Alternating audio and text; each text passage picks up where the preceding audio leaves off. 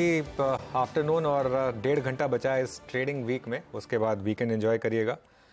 Market में आज थोड़ा सा फ्राइडे फैक्टर कह लीजिए, फटीक कह लीजिए, या फिर हायर लेवल पर थोड़ा सा प्रेशर, जो भी कह लीजिए, लेकिन 19,000 से 19,500 की एक वन वे रैली के बाद पहला दिन रियल करेक्शन का, पहली बड़ी गिरावट मार्केट में। इनफैक्ट 18,880 से वो करेक्शन जो रैली हुई थी 19,500 तक की, उसके बाद ये पहला गिरावट।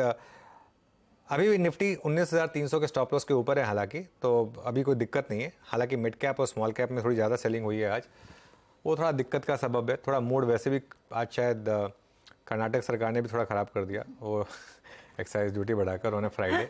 लेकिन खैर जो मर्जी कह लीजिए, मार्केट में आज थोड़ा सा सेलिंग प्रेशर है। और अनुज, कल भी हम बातचीत कर रहे थे गुड आफ्टरनून की शायद समय समय पर आपको मार्केट मौके देगा डिप्स पर खरीदने के। तो आज का ये जो बिकवाली का मोड बना, ये लार्जली विदेशी मार्केट्स में जो बुखार चढ़ा है उसका थोड़ा सा असर है। क्या मौका होगा या फिर थोड़ा सा और कंसोलिडेट करे? 19,300 के आसपास ज्यादा कंफर्ट है खरीदारी करने का? मेरे ख्याल से अभी बाय ऑन डिप्स का इस व्यू है हर्षदा। देखिए, आज सुबह हमारा व्यू था कि पहले डिप में बाइंग आएगी, लेकिन दूसरी डिप ज़्यादा क्रूशियल है, और जो दूसरी डिप नॉर्मली 10:30 से 11 के बीच में आती है, वो अरेस्ट नहीं हुई। वो मेरे ख्याल से इंपॉर्टेंट था। पहली डिप में अच्छी खासी बाइंग, पहली डिप तो सीधा खुलते ही मार्केट ने बाय कर ली, उसको तो डिप भी नहीं कह सकते। लेकिन जो दूसरी डिप आई, ये इंटरेस्टिंग है। अब जाकर थोड़ा सा मुझे लग रहा है कि यहाँ पर थोड़ा सपोर्ट मिल रहा है हमको। 19,300 से 19,350 बाय जोन है हर्षदा, और 19,300 का स्टॉप लॉस। ये एक रिस्क रिवॉर्ड के हिसाब से अच्छी ट्रेड है, ट्रेंडिंग मार्केट है, इससे ज़्यादा आपको डिक्लाइन देगी नहीं है। इस डिक्लाइन ने ऑलरेडी जो वीक प्लेयर्स हैं उनको बाहर निकाल दिया होगा मेरे ख्याल से, और अगर और 50-60 पॉइंट की डिक्लाइन आ गई तो बाकी के जो वीक प्लेयर्स हैं वो भी बाहर निकल जाएंगे। और ये क्या होता है मार्केट में, शार्प, सडन और क्विक जो करेक्शंस आएंगी ना मार्केट में, बहुत छोटी होंगी लेकिन शार्प होंगी, जैसे ये वाली है, और बहुत जल्दी खत्म भी हो जाएंगी ये करेक्शंस मेरे ख्याल से। लेकिन अगर 19,300 टूट गया तो फिर हम फिर रिव्यू करेंगे उसको, क्योंकि अगर 19,300 टूट गया तो उसके बाद फिर मैं दो लेवल्स पर नजर रखूंगा। पहले तो हमारा 10 डे एक्सपोनेंशियल मूविंग एवरेज जो प्लेस्ड है 19,200 पर, और उसके बाद 20 डे एक्सपोनेंशियल मूविंग एवरेज जो प्लेस है 19,000 पर। ये दो लेवल्स होंगे फिर वॉच आउट करने के लिए। लेकिन ये अभी की बात नहीं है, अभी तो 19,300 मेरे ख्याल से डिफेंड हो जाना चाहिए, ये मेरा व्यू है। बैंक निफ्टी इंटरेस्टिंग है, क्योंकि बैंक निफ्टी में इशू क्या हो रहा है, 43,800 का एक स्टॉप लॉस था हमारा, वो अभी भी 44,800, एक्चुअली मैंने 43,800 लिख दिया गलती से, 44,800 था, उसको चेंज कर देंगे हम। HDFC बैंक को चलना होगा। वो HDFC बैंक अगर नहीं चलेगा तो फिर प्रॉब्लम है। HDFC बैंक इसको थोड़ा सा वो वॉच आउट करने की ज़रूरत है। और अगर 44,800 टूटा तो फिर हम फिर से रीलाइन करेंगे अपनी पोजीशंस को, लेकिन फिलहाल के लिए 44,800 के हिसाब से आप मार्केट को लेकर चलें। लेकिन निफ्टी में मुझे भी लग रहा है कि 19,300 पर एक बार डिफेंस आएगा। नहीं आएगा तो ठीक है, कोई नहीं, आपने बड़ी रैली प्ले कर ली, ट्रेलिंग स्टॉप लॉस लग गया तो लग गया, उसमें कोई दिक्कत नहीं है। मेरा व्यू जो 20,000 की रैली का था वो अभी तक इंटैक्ट है, प्रोवाइडेड हम 19,300 को होल्ड कर लें। तो उन लेवल्स पर नजरें बनी रहेंगी, 44,800 निफ्टी बैंक के लिए और 19,300 निफ्टी के लिए। Veeru, good afternoon. Good afternoon Harshada. और हाँ, शॉर्टिंग थोड़ी बहुत है आज, हालांकि एक दो पर्टिकुलर स्पेसेस में शॉर्टिंग है हर्षदा। मार्केट वाइड बहुत शॉर्टिंग नहीं है, लेकिन जिन स्पेसेस पे थोड़ी बहुत शॉर्टिंग है वो स्क्रीन में विजिबल है, and that's I think chemicals में आज काफ़ी अच्छी खासी शॉर्टिंग है। आज आरती इंडस्ट्रीज, मतलब ये सेकंड वीकली कॉन्ट्रैक्ट का कमेंसमेंट था आज, आरती इंडस्ट्रीज में करीब 14%, 3% ये स्टॉक टुड़का है। मतलब जो स्पेस मेरे को आज काफ़ी कमज़ोर नजर आ रहा है अंदर pressure of shorting. Deepak nitrite 4.25%, 3% stock लुढ़का। उसके बाद नवीन फ्लोरीन 8% का ये बिल्डअप, 3% का ये स्टॉक शेड हुआ। उसके बाद pi industries, UPL, Tata chemical करीब 5% का ये बिल्डअप, 2% स्टॉक लुढ़का। तो आज केमिकल बास्केट एक ऐसी बास्केट रही जिसमें सबसे स्ट्रॉन्ग शॉर्ट बिल्डअप है। पुट्स पे स्क्वायर ऑफ हुई इन बहुत सारे स्टॉक्स में, उनका जिक्र मैं यहाँ नहीं कर सकता, लेकिन वो क्लियरली विजिबल है मेरे ऑप्शन पिरामिड्स में। बाकी आज आईटी में जहाँ शॉर्टिंग हुई है उसमें HCL technologies large cap IT में, फिर intellect I think accident of the day करीब 30% का ओआई बिल्डअप हुआ। MCX में कल के एक बहुत स्ट्रॉन्ग मूव के बाद आज सॉफ्टनेस, करीब 9% का ओआई बिल्डअप हुआ। और टेक महिंद्रा में आज थोड़ी बहुत शॉर्टिंग हुई है हायर लेवल से। एक बार बैंक्स को भी देखते हैं कि बैंक्स में एग्जैक्टली क्या हुआ। अगर आप बैंक्स को देखें तो आज सबसे, अगर मैं बैंक में देखूं जहां पे शॉर्टिंग हुई है वो है स्पेस आरबीएल बैंक, लगभग 4% का OI buildup. AU small finance bank कल के एक बहुत स्ट्रॉन्ग मूव के बाद थोड़ी बहुत शॉर्टिंग यहाँ पे, और एक इंडसइंड बैंक हर्षदा जहाँ पे शॉर्टिंग हुई है। लेकिन ओवरऑल सबसे बड़ा शॉर्ट आज डेवलप हुआ है केमिकल स्पेस में हर्षदा। वहां पर हमने देखा अच्छी खासी बिकवाली बनती दिखाई दे रही है। कुछ और स्टॉक्स हैं जो दरअसल मार्केट को अभी ड्रैग कर रहे हैं, उन पर भी नजरें रखेंगे, और कुछ ऐसे अंश हैं जो अभी भी तेजी में हैं। तो ट्रेंड क्योंकि नेगेटिव है, वो मंदी वाले ट्रेड्स आपकी स्क्रीन पर आ जाएंगे। पहले वीरू ने मेंशन किया यूपीएल, जहां पर 1.25% तक का दबाव देखने को मिला है। अदानी पोर्ट्स आज 3% करेक्ट कर चुका। पावर सेक्टर में हम देख रहे हैं आज हमने मुनाफा वसूली नजर आई है, और पावर ग्रिड 2.5% के नुकसान पर है, और बजाज फाइनेंस में भी कुछ पोजीशंस अनवाइंड होती हुई करीब 1.5% के नुकसान पर ये ट्रेड बनता दिखाई दे रहा है। लेकर आते हैं आपके लिए कुछ और ट्रेड्स। इंटेलेक्ट की हम चर्चा आगे डिटेल में भी करेंगे। एमएनएम फाइनेंशियल, बोफा ने जो न्यूट्रल कॉल दिया है, रेटिंग घटाई है, स्टॉक आज टूटता हुआ दिखाई दिया है। इंडिया मार्ट में आज हमने देखा है प्रेशर, और दीपक नाइट्रेट उन केमिकल स्टॉक्स में शामिल है जहां पर हमने दबाव देखा है, लेकिन तेजी के अंश हैं। टाइटन Q1 का अपडेट मजबूत, 1.5% ऊपर स्टॉक। एमएनएम में कल अच्छी तेजी बनी थी, आज दिख रही है खरीदारी का फॉलोअप, 1.25% का इजाफा।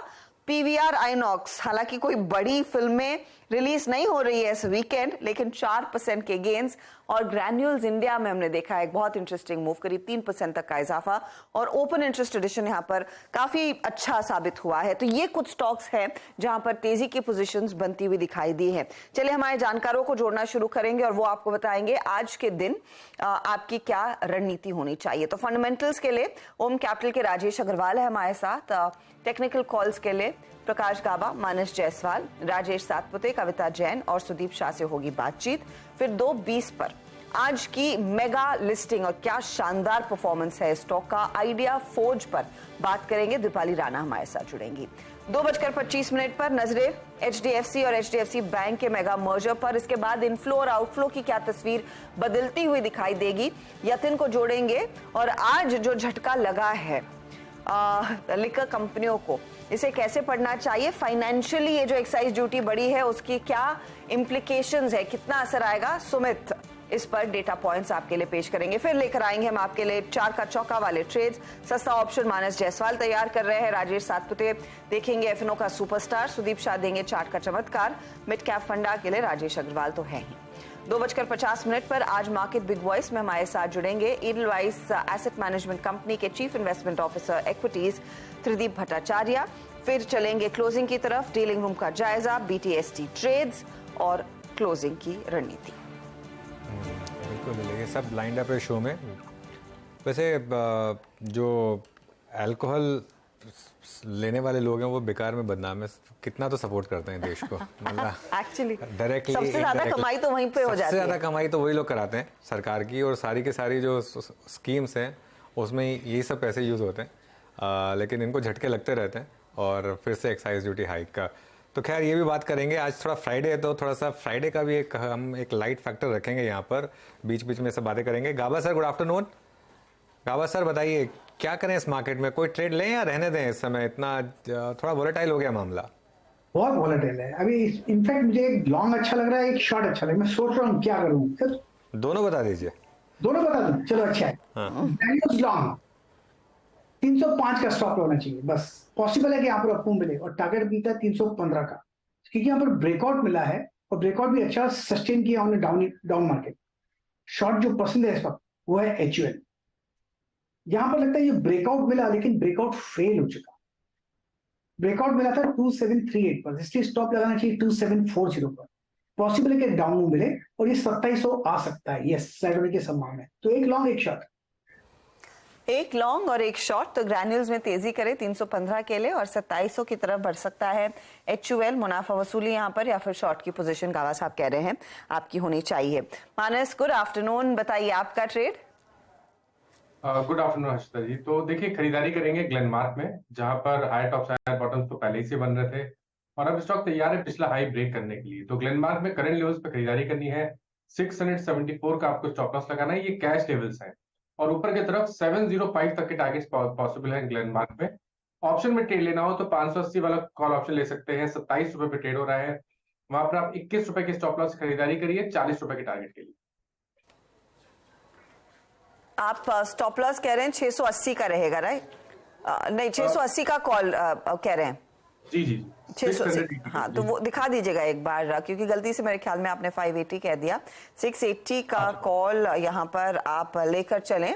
2830 पर है और यहाँ पर अच्छे खासे रिटर्न्स बनने के आसार दिख रहे हैं। कविता जी, गुड आफ्टरनून, बताइए आपका trade. Very good afternoon Harsha ji, good afternoon everyone.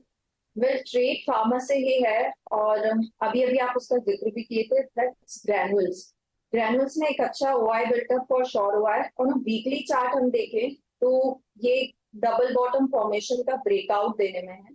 Even on a daily chart rounding bottom formation का ब्रेकआउट आते हुए काउंटर पर, तो 316 के प्राइस टारगेट्स के लिए ग्रैनुअल्स पर एक बाय ट्रेड इनिशिएट किया जा सकता है। स्टॉप लॉस मेंटेन करना चाहिए 304 का। लिटिल डिप पर अगर ये काउंटर अराउंड 306 मिले तो इसे लेना चाहिए 316 के price targets. Okay Kavita ji, गाबा सर फिर से प्रीएम्प्ट कर चुके हैं वैसे ये ट्रेड। अगर कोई और ट्रेड हो तो ठीक है, वरना इसी से काम चला लेंगे हम। वैसे गाबा सर ऑलरेडी दे चुके हैं ग्रैनुअल्स अभी अभी अभी आपके आने से 2 मिनट पहले। I am so sorry but as of now मेरे पास ग्रैनुअल्स ट्रेड है। इन केस अगर कुछ आता है तो आई डेफिनेटली। चलिए ठीक है, तो आज ड्रिंक्स गाबा सर की तरफ से। गाबा सर, आपने फिर Yes. एक ट्रेड प्रीएम्प्ट किया। मैं हाँ वीरू, क्या कह रहे हो आप? नहीं, कविता जी अमूमन क्या होता है ना, माइक को म्यूट पर के रखते हैं। आज लगता है मेरे ख्याल से टॉक बैक भी इन्होंने बंद कर रखा है। कविता जी उसको भी ऑन करके रखिए। राजेश सतपुते जी, गुड आफ्टरनून। उसी दिन था, उसी दिन था। सॉरी, सिर्फ उसी दिन नहीं, था। Maximum time I am sorry to say, but yes please Kavita ji accept करिए ये फैक्ट। Yeah. नहीं, ये फैक्ट आप एक्सेप्ट कीजिए कि आपका माइक हमेशा ऑफ होता है। खैर कोई बात नहीं। राजेश जी, आपका ट्रेड। हाँ जी, good good afternoon Viren and good afternoon everyone. Viren, देखिए चॉइस वैसे लिमिटेड है to be very frank with you, और मैं भी मानता हूँ कि this is just a profit taking. देखिए पहला मैंने चुना था ग्रैन्यूल्स, वो गया। बाद में चुना था ग्लेनमार्क, वो भी गया। तो थोड़ा रिस्क मुझे लेना पड़ेगा, तो I would like to go long in PVR. देखिए चार्टिकली पीवीआर मुझे लगता है यहाँ पे जिस तरह से प्राइस एंड वॉल्यूम एक्शन है, और टेक्निकली भी अगर आप देखें तो यहाँ पे पॉजिटिव डाइवर्जेंस दिखता है। अगर आप डेरिवेटिव्स का डेटा देखें तो ओपन इंटरेस्ट में गेन है 5%। तो आप कह सकते हैं कि ये कॉन्ट्रा बिट होता है, जैसे हम लोग पॉजिटिव डाइवर्जेंस की बात करते हैं, ये कॉन्ट्रा सेटअप है। इसका जो टारगेट बन रहा है पीवीआर का, वो करीबन करीबन 1490 का बन रहा है, 1490। सो एट लेवल ऑफ 1438 मैं पीवीआर को बाय करूंगा, और जो स्टॉप लॉस रहेगा वो रहेगा 1410 का। थोड़ा सा रिस्की ट्रेड है, लेकिन क्या करें, जो चार्ट पे दिख रहा है वो वो ही सही है। तो पहले ग्रैन्यूल्स लेना था, फिर ग्लेनमार्क लेना था, लेकिन दोनों ऑलरेडी पैनल ने ले लिया। आज मार्केट, आज चॉइस भी थोड़ी कम है मार्केट, तो उसमें कोई वो नहीं है। थोड़ा सा मैं समझ सकता हूँ, आज दिन ही ऐसा एक्चुअली। और ज़रूरी नहीं है कि आप रोज़ ट्रेड करें, कई दिन अपना प्रॉफिट प्रिजर्व करें, कैपिटल प्रिजर्व करें, वो भी ज़रूरी होता है मार्केट में। तो ये भी ज़रूरी है कि आप इसको उस तरीके से समझें। अच्छा, मिड कैप इंडेक्स में अब डिक्लाइन बढ़ रही है, 0.9% अब मिड कैप इंडेक्स, 328 पॉइंट नीचे मिड कैप इंडेक्स। और आज क्लियरली सेलिंग प्रेशर बहुत सारे स्टॉक्स में आपको विजिबल है। और अगर आप ब्रॉडर मार्केट की बात करें तो ऑब्वियसली इंटेलेक्ट सबसे बड़ा एक्सीडेंट रहा है आज का। हालांकि लोअर लेवल सब रिकवर हो रहा है, और देखते हैं और कितनी रिकवरी होती है। उसके अलावा M&M financial, United Spirits, Trent, Dabur, ये सब स्टॉक्स में आज सेलिंग प्रेशर है। राजेश अग्रवाल को जोड़ लेते हैं। Rajesh ji, good afternoon. Fundamentally आप कहाँ इस समय बेट करेंगे?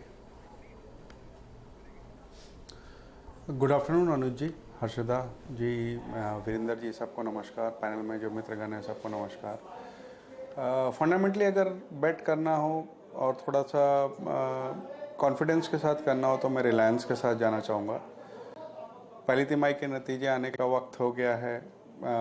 अगले 10-15 दिन में नंबर्स आने चालू हो जाएंगे, और मुझे लगता है इस बार के नंबर ठीक आएंगे, क्योंकि एक तो उनके जो OTC से परफॉर्मेंस म्यूटेड आ रही थी, वो रशियन क्रूड के कारण से थोड़ा बेहतर होती हुई नज़र आएगी। केपेक्स इंटेंसिफाई हो रहा है। जियो पिछले साल बहुत अच्छे ग्रोथ के साथ बंद किया था, इस क्वार्टर में भी अच्छी ग्रोथ की उम्मीद है। रिलायंस रिटेल, जहाँ की हमने देखा है कि हर क्वार्टर में 800 स्टोर के आसपास कंपनी जोड़ रही है, तो वहाँ से बहुत उम्मीदें बंधी हुई। और सबसे अच्छी बात अगर कही जाए तो वो जो फाइनेंशियल सर्विसेज में ये फोरे करने वाले हैं, जो कि उनके रिटेल और टेलीकॉम का जो डेटाबेस है, कस्टमर बेस, उसकी जो लेवरेज मिलेगी ना, वो बहुत शानदार होगी। तो मुझे लगता है ऑल इन ऑल रिलायंस पे बेट करना चाहिए। छोटी अवधि की बात करूं, जो एक 2 क्वार्टर की, तो मेरे ख्याल से 2850 के टारगेट लिए जा सकते हैं। बट मैं कहूँगा कि इसमें थोड़ी सी लंबी हॉराइजन का नज़रिया रखें और डिप्स में ऐड करें। ओके, डिप्स में ऐड करें। चलिए, अच्छा, बाजार कोलैप्स हुआ हायर लेवल से, नो डाउट, और अभी भी याद रखिएगा, मैं शायद इस शब्द का बहुत कठोर शब्द का चुनाव किया मैंने, कोलैप्स नहीं, लेकिन ये रिट्रेसमेंट है, एक डिसेंट रिट्रेसमेंट है। लेकिन मानस कुछ ट्रेड्स जो हमने सुबह लिए थे जो कि अभी भी अच्छा कर रहे हैं, आपको याद होगा हमने ली थी कॉल टीसीएस की, और वो टीसीएस का ट्रेड बहुत अच्छा रहा, अभी भी डी हाई की ट्रैजेक्टरी में है टीसीएस। और टीसीएस को थोड़ा डिफाइन कीजिएगा मानस, इसको क्या कंटिन्यू करें, इसको क्या कैरी करें, क्योंकि अब ये मार्च, अप्रैल, मई, जून, जुलाई की पूरी ट्रैजेक्टरी को बाइसेक्ट करने को तैयार है। आपका व्यू टीसीएस पे क्या है मानस इस वक्त? देखिए वीरेंद्र जी, टीसीएस पे व्यू अभी भी बहुत पॉजिटिव है। और देखिए मार्केट में गिरावट होने के बावजूद अगर आप टीसीएस देखेंगे तो वो इंटरडे हाई के आसपास ट्रेड कर रहा है। तो जो मॉर्निंग में फ्लैग पैटर्न के ब्रेकआउट की बात हुई थी वो अभी भी इंटैक्ट है, और मेरा समझना है कि शायद 60 से लेकर 80 रुपीज का अपमूव आपको टीसीएस में करंट लेवल से भी देखने को मिल सकता है। तो अपनी पोजीशन में बने रहिए। मेरे ख्याल से अगर मैं सही हूं तो 3360 के कॉल ऑप्शन की बात हुई थी, 65 रुपए के आसपास ट्रेड हो रहा था, तो वो वहां पर पोजीशन अभी बना के रखिए। 44 रुपीज का आपको स्टॉप लॉस लगाना है और आप पोजीशन में बने रहिए। और अगर खरीदारी नहीं की है तो फ्रेश भी खरीदारी करिए। आई थिंक 120 रुपए तक के टारगेट इस ऑप्शन में आपको देखने को मिल सकता है। टीसीएस में 3360 का कॉल लेकर चले। याद रहे अगले हफ्ते 12 तारीख को टीसीएस और ऑफ कोर्स एचसीएल टेक के नतीजे आएंगे शाम को। 13 तारीख को विप्रो के नतीजे आएंगे और ऑफ कोर्स वो ऑफिशियल किक ऑफ करेगा और कई सारी मिड कैप कंपनियों के नंबर्स आने वाले हैं। राजेश अग्रवाल जी, ये इंटेलेक्ट डिजाइन पर आपकी नजर गई क्या? आज का बड़ा एक्सीडेंट, स्टॉक 5-5.5% टूटा। वो गवर्नमेंट ई मार्केट प्लेस का जो ऑर्डर इनके हाथ से निकला, हालांकि 10% रेवेन्यू को कंट्रीब्यूट करता था और इबिटा में करीब 2-2.5% तक का कंट्रीब्यूशन आता था, लेकिन इतना बड़ा नॉक क्यों लगा है स्टॉक को? देखिए, नीजक रिएक्शन है मैं कहूँगा। पिछली बार की अगर आप फुल ईयर रेवेन्यू देखो तो 2000 करोड़ के आसपास की है, जिसमें 253 करोड़ इनके वो जीएम से आए थे। चौथी तिमाही के नंबर्स ठीक ठाक थे, रेवेन्यू में बढ़त आई थी, बॉटम लाइन में भी ठीक ठाक देखा गया था। बीएफएसआई को बाकी की कंपनी सर्व करती है, क्लाउड वगैरह में इनका बड़ा स्पेस है। मैं समझता हूँ कि गिरावट अगर और थोड़ी इंटेंसिफाई होती है या सोमवार को आपको और 3-4% नीचे मिलता है तो मुझे लगता है खरीदारी का मौका दे रहा है। ये जो आज ऑर्डर हाथ से निकला है उसका एक नीजक रिएक्शन कह लीजिए, या पिछले कुछ दिनों की तेजी में जो वीक हैंड्स, जैसे अभी अनुज जी बता रहे थे ना, वीक हैंड्स निकल जाएंगे, तो वो वीक हैंड्स निकल रहे होंगे, मैं वही कह सकता हूँ। बाकी यहाँ से और अगर 50 रुपया भी गिरता है तो मैं समझता हूँ कि खरीदारी का मौका बनेगा। इसमें बहुत इंटरेस्टिंग चीज़ हो रही है, आज स्टॉक गिरा भले, लेकिन ऐसे कॉल ऑप्शंस नहीं गिरे, और कॉल ऑप्शन मतलब बहुत ज़्यादा नहीं गिरे इनफैक्ट, और ठीक ठाक बाएंगी है वहाँ पर। हाँ जी, मैं एक चीज़ सोच रहा था, मतलब मुझे हैरानी है कि इतना गिर गया स्टॉक फ्रैंकली, क्योंकि जैसा आपने बोला कि रेवेन्यू में जो कंट्रीब्यूट करता है और इबिटा में जो कंट्रीब्यूट करता है, इबिटा का तो शायद 2% कंट्रीब्यूट, 2-2.5 उससे ज़्यादा नहीं है। गवर्नमेंट कॉन्ट्रैक्ट में आपको ज़्यादा मिलता भी नहीं है। गवर्नमेंट कॉन्ट्रैक्ट आपको मोर देन एनीथिंग लायबिलिटी ज़्यादा होते हैं, मतलब क्योंकि आपको करने पड़ते हैं इसके लिए, ठीक है। अब क्योंकि उस मार्जिन पर उससे तो क्या हो, मैं तो ये सोच रहा हूँ कि अगर इतने कम मार्जिन वाला प्रोडक्ट को अगर आप निकाल दो तो टेक्निकली आपके ब्लेंडेड मार्जिन अच्छे लगने लगेंगे, ठीक है ना। और एक और चीज़ हो रही है, इंटेलेक्ट का ये लास्ट सीरीज है एफएनओ में। इंटेलेक्ट में बहुत बड़ी बाइंग हुई थी पिछले कुछ दिनों में, 400-450 से ये स्टॉक चलना शुरू हुआ था और उसके बाद ये मूव आया था। ये एक प्रोडक्ट कंपनी है, ठीक है ना, ये सर्विसेज कंपनी नहीं, जो ज़्यादा प्रोडक्ट कंपनी है ये, ठीक है। और इसमें एक अच्छी रैली है। एक बार इसका 1 महीने का 3 महीने का चार्ट एक बार इसका अगर दिखा दे, मैं डायरेक्टर साहब, मैंने रेफर किया था उसको, आया नहीं अब तक वो चार्ट। हाँ, ये देखिए 3 महीने का चार्ट देखिए, उसका 36% की रैली, बहुत बड़ी रैली हुई थी। एक बहुत बड़ी बुल मार्केट में है स्टॉक अपनी खुद की, और उसमें ये एक बीच में नॉक आया है। अब ये आज मुझे लग रहा है मार्केट भी थोड़ा ख़राब था, इसके लिए थोड़ा ओवरऑल मार्केट को प्रॉफिट टेकिंग का एक एक्सक्यूज़ चाहिए था, इसके लिए गिर गया। जैसे राजेश जी कह रहे हैं, अगर मंडे को और गिर गया मान लो, तो मुझे लग रहा है लोअर लेवल पर मान लो किसी भी कारण से ये स्टॉक आपको 550-540 तक का रिएक्शन दिखा दे, अगर किसी भी कारण से, वैसे मुझे लगता नहीं उतना आएगा, अगर दिखा दे तो मुझे लग रहा है वहाँ पर बाइंग आएगी फिर। इनफैक्ट दौलत कैपिटल का भी इस पर्टिकुलर इवेंट के बाद एक नोट आया जहां पर वो कह रहे हैं कि हमारा अक्यूमुलेट का स्टांस था, उसी के साथ बने रहेंगे। इनफैक्ट उनका टारगेट तो करीब 660 का है, और FY 24-25 में इस पर्टिकुलर कॉन्ट्रैक्ट का जाना फाइनेंशियली इन पर कोई इम्पैक्ट नहीं डालेगा। देखते हैं कंपनी की तरफ से कमेंट्री क्या आती है जब क्वार्टरली नंबर्स पेश होंगे, और मार्जिन के हिसाब से फिर जैसे अनुज भी मेंशन कर रहे थे, इनके बाकी के मार्जिन इंटीग्रेटेड और कितने मजबूत होंगे। स्टॉक आपके सामने 4-4.25% के नुकसान पर। कुछ और ट्रेड्स आपके लिए लेकर आते हैं, और क्योंकि हम कुछ देर पहले निफ्टी बैंक की बात कर रहे थे, आप एनबीएफसी स्टॉक्स देखिए। एनबीएफसीज में एक तरफा मुनाफा वसूली देखने को मिल रही है। एमएनएम फाइनेंशियल 3-3.5% नीचे, आज श्रीराम फाइनेंस में दबाव बनता हुआ दिखाई दिया है। तो ये कुछ पॉकेट्स ऑफ वीकनेस उभर कर आए हैं एनबीएफसी साइड पर। कविता, पहले तो एमएनएम पर एक बार ध्यान डालें और बताइए अब अगला पड़ाव क्या रहेगा। यहाँ पर Bank of America Merrill Lynch ने 375 का टारगेट दिया है, न्यूट्रल है। स्टॉक 325 पर ट्रेड कर रहा है इस समय, उस लेवल से भी नीचे।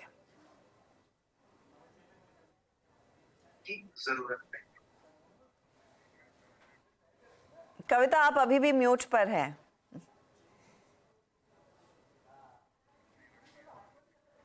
नहीं, फिर कुछ दिक्कत है। वीरू, कभी कभी टेक्निकल दिक्कत भी हो जाती है, हमेशा म्यूट पर नहीं रहती है कविता। मानस, आप देख पाएंगे एमएनएम?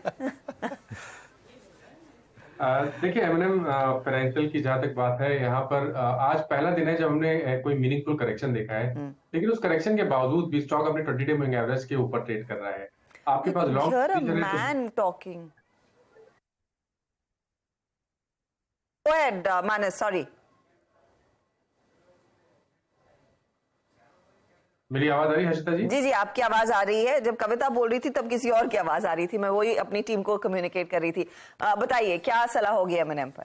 तो एमएनएम फाइनेंशियल में करेक्शन के बावजूद स्टॉक अपने 20 डे मूविंग एवरेज के ऊपर ट्रेड कर रहा है। तो आई थिंक बने रहिए, 319 रुपए का स्टॉप लॉस लगाइए, लेकिन फ्रेश खरीदारी तो अब तभी करेंगे जब स्टॉक 340 रुपए के ऊपर निकलेगा।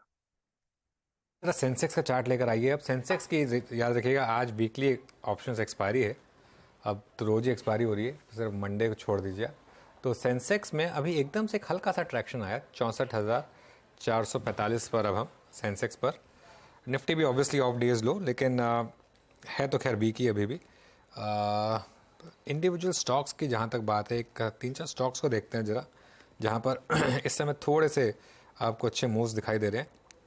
सिप्ला लेकर आइए एक बार जरा। सिप्ला ने आज सुबह 200 डे मूविंग एवरेज ब्रेक किया, लेकिन फिर लोअर लेवल से अच्छी रिकवरी यहाँ पर। इनफैक्ट पूरे के पूरे फार्मा स्पेस में रिकवरी है, लेकिन सिप्ला में एक शानदार रिकवरी इस समय, अच्छा खासा मूव यहाँ पर सिप्ला में।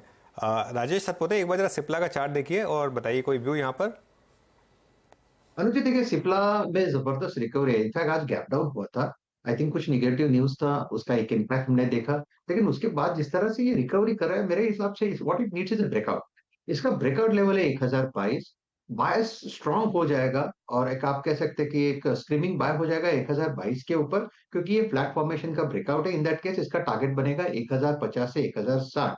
सो probably I would like to wait for a breakout. 1022 के ऊपर एग्रेसिव बाय करेंगे, इन दैट केस हमारा स्टॉप लॉस होगा 1015 का। What a move. और सुबह के नेगेटिव न्यूज़ फ्लो के बाद कंपनी ने आस्थमा की जो दवा की 6 बैचेस थे वो रिकॉल किए थे। ओपनिंग खराब हुई, सिंक हुआ, और 20 डे एक्सपोनेंशियल एवरेज के रेंज से पुल बैक किया। और याद रखिएगा, ये प्राइस अगर यहाँ पे क्लोज होता है तो ये फेब 2023 के बाद का हाईएस्ट क्लस्टर होगा। आई थिंक सिप्ला हो गया, क्योंकि अनुज ने मेंशन कर ही दिया है। एक हो गया आपका कुछ देर पहले जो जिक्र किया गया था, टीसीएस, और कमांडिंग पोजीशन में जो स्टॉक्स है उसमें एक बार कैनरा बैंक टेक के आइएगा। कैनरा बैंक 330-50 पे याद रखिएगा, अगर ये क्लोज मिलता है हमको तो ये मोर और लेस ये CY23 का सबसे हाईएस्ट क्लोज होगा। ये और इनफैक्ट बैंक ऑफ बड़ौदा, दोनों ही स्टॉक्स डे हाई की ट्रेजेक्टरी में आके ट्रेड कर रहे हैं। बैंक ऑफ बड़ौदा में करीब 207-60 का लेवल है। इनफैक्ट BOB का ये अगर क्लोज आता है तो ये ऑलमोस्ट 8 साल का हाईएस्ट क्लोज होगा।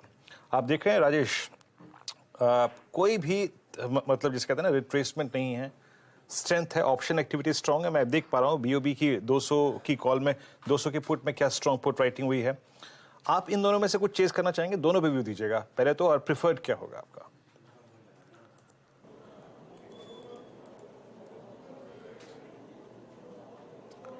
राजेश सतपुते जी।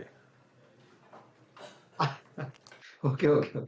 वीरेंद्र जी, देखिए बैंक ऑफ बड़ौदा की अगर बात करें, बैंक ऑफ बड़ौदा और कैनरा बैंक दोनों के स्ट्रक्चर बेहद स्ट्रांग है, और इनफैक्ट बैंक ऑफ बड़ौदा में एक ब्रेकआउट हुआ है, हल्का ब्रेकआउट आप कह सकते हैं, जिसने अपने पिछले 2 दिनों का हाई इंडिकेट किया है, ब्रेकआउट दिया है 205 के ऊपर। तो जिस तरह से पैटर्न पैन आउट है, मेरे हिसाब से एक छोटा टारगेट लेके हम काम करेंगे, करीबन 216 218 का। तो बाय साइड का ही ट्रेड रहेगा, स्टॉप लॉस भी छोटा ही रखेंगे 203 का। तो it's a buy in bank of Baroda. Even Canara bank का भी स्ट्रक्चर अच्छा है। मेरी नज़र बिल्कुल बीओबी पर ही थी, लेकिन वीरो ने स्पॉट किया इसको एकदम सही। पूरा का पूरा पीएसयू बैंकिंग यूनिवर्स इस समय बहुत शानदार मूव दिखा रहा है। और एक और स्टॉक जो बहुत शानदार मूव दिखा रहा है वो है जी एंटरटेनमेंट। कल भी मैंने कहा था कि इसके बारे में ज़्यादा बात नहीं करेंगे हम, क्योंकि काफ़ी वोलेटाइल स्टॉक है, लेकिन सिर्फ एक बार प्राइस पैटर्न दिखा देते हैं। कल भी अच्छा मूव था इसमें, आज भी करीब करीब 3.5% की यहाँ पर रैली। और जी का जो फ्यूचर्स डिस्काउंट में चल रहे थे, अब वो प्रीमियम पर आ गए हैं। और उसके अलावा एक शानदार मूव रहा है ऑब्वियसली पीवीआर आइनॉक्स में आज। उसके अलावा एल&टी फाइनेंस होल्डिंग्स में लोअर लेवल से आज अच्छी रिकवरी। ये भी एक स्टॉक है जो एक नॉर्मली अप ट्रेंड में था। इनफैक्ट राजेश अग्रवाल जी, एक बार एल&टी फाइनेंस पर व्यू दीजिए, क्योंकि ये जो मैनेजमेंट चेंज के एंटिसिपेशन में एक रैली हुई थी 100 से 130 की, क्या इन लेवल्स पर भी बेट किया जाए स्टॉक पर? जी नहीं, बल्कि मैं कहूँगा कि इस वक्त अगर कोई के पास है तो मुनाफा वसूली करनी चाहिए। इससे बेहतर स्थिति में आपको बजाज फिनसर्व या बजाज फाइनेंस, बजाज ट्विंस जो है वो मिल रहे हैं। बजाज फिनसर्व की खास बात की जाए तो बजाज फाइनेंस की होल्डिंग कंपनी है, उसके अलावा इंश्योरेंस के दोनों वेंचर्स उनके उसकी होल्डिंग कंपनी है। हाउसिंग फाइनेंस उसमें है, ईएमसी का लाइसेंस उन्हें मिल गया है, बल्कि रेदर उनको एक आध प्रोडक्ट भी लॉन्च कर दिया है। उनकी खुद की एनबीएफसी अच्छी चल रही है, एनआईएम्स अच्छे हैं, एसेट क्वालिटी अच्छी है। मैं समझता हूँ वो बेटर अपॉर्चुनिटी दे रही है वनिस्पत की एल&टी फाइनेंस। अगर आप एल&टी फाइनेंस देखो तो वो पिछले कुछ दिनों में अच्छा खासा बढ़ गया है। वहीं बजाज फिनसर्व की अगर बात करो तो ऊपर में 1850 1900 रुपए के आसपास के करेक्ट होता हुआ स्टॉक नीचे गया था, और अब भी कम से कम ऊपर के लेवल से 20% के आसपास की आपको लीवे मिल रही है। तो better bet on Bajaj Finserv. Finserv ज्यादा प्रेफर करेंगे इस समय।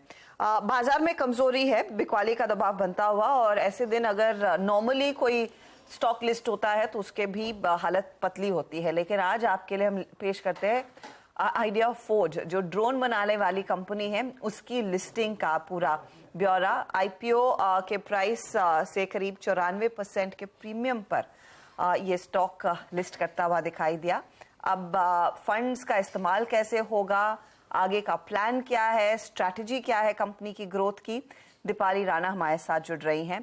दीपाली, एक शानदार लिस्टिंग इस कंपनी की। बिल्कुल शानदार लिस्टिंग, और 94% के प्रीमियम पर ये स्टॉक लिस्ट हुआ। आईपीओ को भी काफी अच्छा रिस्पांस मिला था, 106 टाइम्स ये आईपीओ सब्सक्राइब हुआ था। अब रही बात कि फंड्स कहां यूटिलाइज होंगे, तो कंपनी अपनी वर्किंग कैपिटल रिक्वायरमेंट, नए प्रोडक्ट्स की डेवलपमेंट और कुछ डेट को रीपे करने के लिए इन फंड्स का इस्तेमाल करेगी। लगभग 50 करोड़ के आसपास का अमाउंट कंपनी अपने कर्ज को चुकाने के लिए करेगी। 135 करोड़ खर्च करेगी अपनी वर्किंग कैपिटल रिक्वायरमेंट्स के लिए, और 40 करोड़ का इन्वेस्टमेंट कंपनी नए प्रोडक्ट्स की डेवलपमेंट पे करेगी। इंटरेस्टिंग है इनकी फाइनेंशियल पिक्चर। दरअसल 50% मार्केट शेयर होल्ड करते हैं, और अगर आप पिछले 3 सालों की इनकी फाइनेंशियल पिक्चर देखेंगे तो वो काफी इंटरेस्टिंग है। रेवेन्यू फ्रंट पे आप आंकड़े देखिए, FY21 में कंपनी का 35 करोड़ के रेवेन्यू थे, FY20 में ऑलमोस्ट 160 करोड़ के रेवेन्यू, और FY23 में 186 करोड़। तो यानी 35 करोड़ से सीधे 186 करोड़ के रेवेन्यूज महज 3 सालों में कंपनी ने जनरेट किए। प्रॉफिटेबिलिटी फ्रंट में भी 3 साल पहले इनको 14 साढ़े 14 करोड़ का घाटा था, और FY23 की पिक्चर देखेंगे तो लगभग 32 करोड़ के प्रॉफिट्स कंपनी ने रिपोर्ट किए। सिमिलर पिक्चर आपको एबिटा में भी दिखाई देगी। 3 साल पहले एबिटा नेगेटिव थी, और FY23 में जो एबिटा रहे वो 47 करोड़ के आसपास रहे। ऑर्डर बुक भी कंपनी की काफी फ्लक्चुएट हुई है पिछले 3 सालों में, क्योंकि FY22 में पिक्चर ज्यादा बेटर थी, 311 करोड़ के आसपास की ऑर्डर बुक थी, लेकिन FY23 की ऑर्डर बुक देखेंगे तो ये 192 करोड़ के आसपास की है। डिफेंस मेजरली सबसे बड़ा बिजनेस जनरेट करता है कंपनी के लिए, यहां से 70% रेवेन्यूज लेकर आते हैं। सिविल सेगमेंट से 21% के आसपास के रेवेन्यूज। तो फाइनेंशियल पिक्चर तो स्ट्रांग है, लेकिन इंटरेस्टिंग है कि डिस्पाइट थोड़ी सी वैल्यूएशन एक्सपेंसिव फ्रंट पे दिखाई दे रही थी जब ये आईपीओ आया था, आईपीओ को रिस्पांस भी बहुत अच्छा मिला और लिस्टिंग भी काफी अच्छी हुई है। लेकिन इंपॉर्टेंट ये है कि आगे आउटलुक क्या है कंपनी का, इसके लिए मैनेजमेंट के स्टेटमेंट को भी सुन लेते हैं। सुनते हैं कंपनी के सीईओ अंकित मेहता का क्या कहना है। The way we have plan, जिस तरह से हमने प्लान किया है उसके अंदर हम लोग बेसिकली एक तो प्रोडक्ट डेवलपमेंट पे हमारा काफी फोकस रहेगा। हम लोग और नए नए वर्जन्स हमारे प्रोडक्ट्स के जो कि बेटर परफॉर्मेंस और ज्यादा यूज केसेस को एड्रेस करेंगे, जिससे कि हम अलग अलग मार्केट से हमारा मार्केट एक्सपैंड कर सकें। प्लस हम लोग 1-2 नए कैटेगरी ऑफ ड्रोन्स भी बनाएंगे जिनसे हमारा मार्केट को, एड्रेसेबल मार्केट को हम सिग्निफिकेंटली बड़ा कर सकें।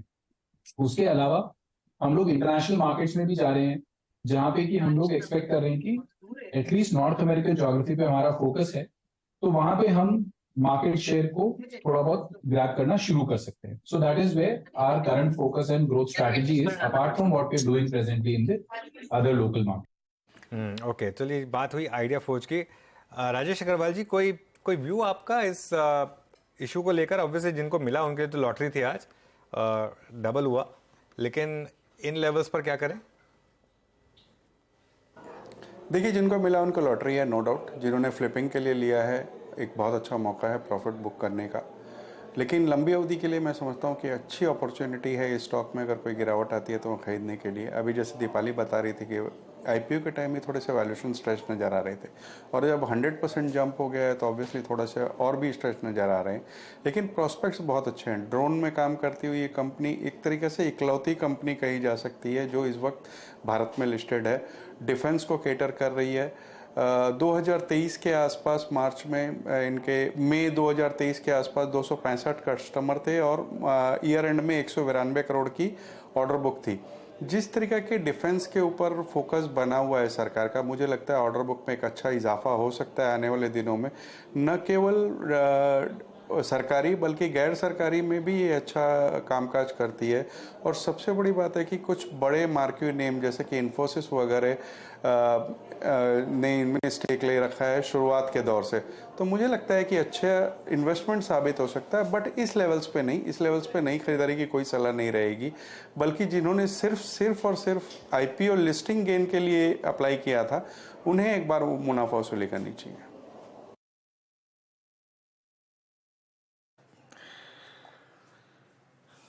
ओके, तो लंबी ड्यूरेशन के लिए अगर आपके पास फंड की कोई दिक्कत नहीं है तो स्टे लॉन्ग, और अगर आईपीओ के लिए लिया था सिर्फ लिस्टिंग गेन्स के लिए तो यहाँ पे प्रॉफिट्स को कैश में कन्वर्ट करना चाहिए। चलिए, ये था आज की लिस्टिंग, धमाकेदार लिस्टिंग। और I think initially primary market भी अच्छे थे, सेकेंडरी मार्केट भी अच्छे थे, लेकिन फॉर द टाइमिंग आपकी स्क्रीन पे थोड़ा सा निफ्टी एक बार फिर से जो बैकफुट पे था, रिकवरी की तैयारी कर रहा है समहाउ। आई थिंक याद रखिएगा, दिस फर्स्ट वीकली कॉन्ट्रैक्ट का सबसे बड़ा पुट राइटर का जोन था 19,400, उसके नज़दीक ही घूम रहा है। बहुत बड़ा कोलैप्स अब तक नहीं हुआ है। मैं फिर कुछ स्टॉक्स ऐसे मार्क करना चाहूँगा जो कि देखिए, अभी मैं शॉर्ट के बारे में ज़्यादा नहीं सोच रहा हूँ, बात नहीं कर रहा हूँ, और क्योंकि अभी इतना ख़राब स्ट्रक्चर नहीं है इस इंटरडे फॉल के साथ। फिर आएंगे एक बार उस बास्केट पे जिस पे हमने कल सुबह स्पॉटलाइट से जिक्र किया था कि इस पर थोड़ा सा फोकस करना चाहिए। Let's bring Hind petro, IOC, BPCL. Rajesh ji, एक बार फिर से आपके पास आऊँगा। राजेश सतपुते जी, सॉरी राजेश अग्रवाल जी, ओएमसीज का ये ड्रीम रन, और आई थिंक हालात क्या है आप भी जानते हैं, मैं भी जानता हूँ। अभी क्या चेस करते रहे इन स्टॉक्स को? आपका व्यू क्या है ओएमसीज पे? और आई थिंक सबसे प्रेफर्ड स्टॉक जिसको आप चेस करना चाहेंगे इन लेवल्स पे भी, वो क्या होगा? देखिए, ओएमसीज में बिल्कुल चेस करना चाहिए। सबसे अच्छी बात जो कही जा सकती है इस पूरे सेक्टर के लिए वो ये है कि क्रूड $75 के आसपास ट्रेड कर रहा है और एक लंबे से समय से ट्रेड कर रहा है। बावजूद इसके कि ओपेक ने ये कहा कि 1 जुलाई से प्रोडक्शन कट करेंगे, क्रूड में कोई तेज़ी नहीं आई। तो ये ऑब्वियसली दिखा रहा है कि यूएस वगैरह में उतनी डिमांड है नहीं, इस वजह से क्रूड में तेज़ी नहीं आई। लेकिन हमारे देश में अगर आप देखें तो वॉल्यूम ग्रोथ की पूरी संभावना है। दूसरे जो मार्केटिंग लॉसेज इन्हें होते थे वो कम होते हुए नज़र आएंगे, इस वजह से यहाँ पे खरीदारी की सलाह रहेगी। तीसरे अगर आप देखो तो इनकी जो इंट्रिंसिक वैल्यू है उससे ये बहुत नीचे के भाव में ट्रेड करते हैं। कई जगह तो आपको डिविडेंड यील्ड बहुत अच्छी बैठती है। इस वक्त अगर किसी स्टॉक में कॉल लेना हो तो मैं समझता हूँ कि पहली पसंद हमारी आईओसी की रहेगी और दूसरी एचपीसीएल की रहेगी। ये दोनों में ही हमारी बाई कॉल है। ओके, दोनों में बाय कॉल है, एचपीसीएल और आईओसी। चलिए, बात हो गई ऑयल की, अब एक और चीज़ की बात करते हैं। आज यूनाइटेड स्पिरिट्स, यूनाइटेड ब्रूरीज, सभी के सभी लिकर स्टॉक्स, स्पेशली वो जहां पर कर्नाटका एक बड़ी मार्केट है, वहां पर आपको डिक्लाइन दिखाई देगी। कर्नाटक सरकार ने शराब पर एक्साइज ड्यूटी बढ़ा दी है। क्या है पूरी कहानी, ये समझते हैं सुमित के साथ। Sumit, good afternoon. Good afternoon. देखिए, आज पूरा लिकर स्पेस, क्योंकि इंडिया में ज़्यादातर जो लिस्टेड प्लेयर्स हैं उनका मेजर एक्सपोजर कर्नाटका में है, तो आप United Brewery, Spirits, Radico Khaitan और इवन सोम डिस्लरीज, इन चारों स्टॉक्स को लेकर आए। चारों में ही आज आपको डिक्लाइन दिखाई पड़ेगा और कहीं पर तो डिक्लाइन 5-5, 6-6% तक का डिक्लाइन है। कर्नाटका में बजट आया अभी थोड़ी देर पहले और उस बजट में जो शराब पर एक्साइज ड्यूटी है वो बढ़ी है। IMFL पर एक्साइज ड्यूटी करीब 20% बढ़ी है। IMFL यानी कि इंडियन मेड फॉरेन लिकर जो होती है उस पर 20% ड्यूटी बढ़ी है, और बियर पर एक्साइज ड्यूटी करीब 10% बढ़ी है। तो उसका एक तर्क ये भी मान रही है बियर कंपनियां कि क्योंकि IMFL ज़्यादा महंगी होगी कंपेरेटिवली बियर के, तो शायद उनको इसका फ़ायदा भी हो। तो कुछ बियर कंपनियां ये मान रही हैं।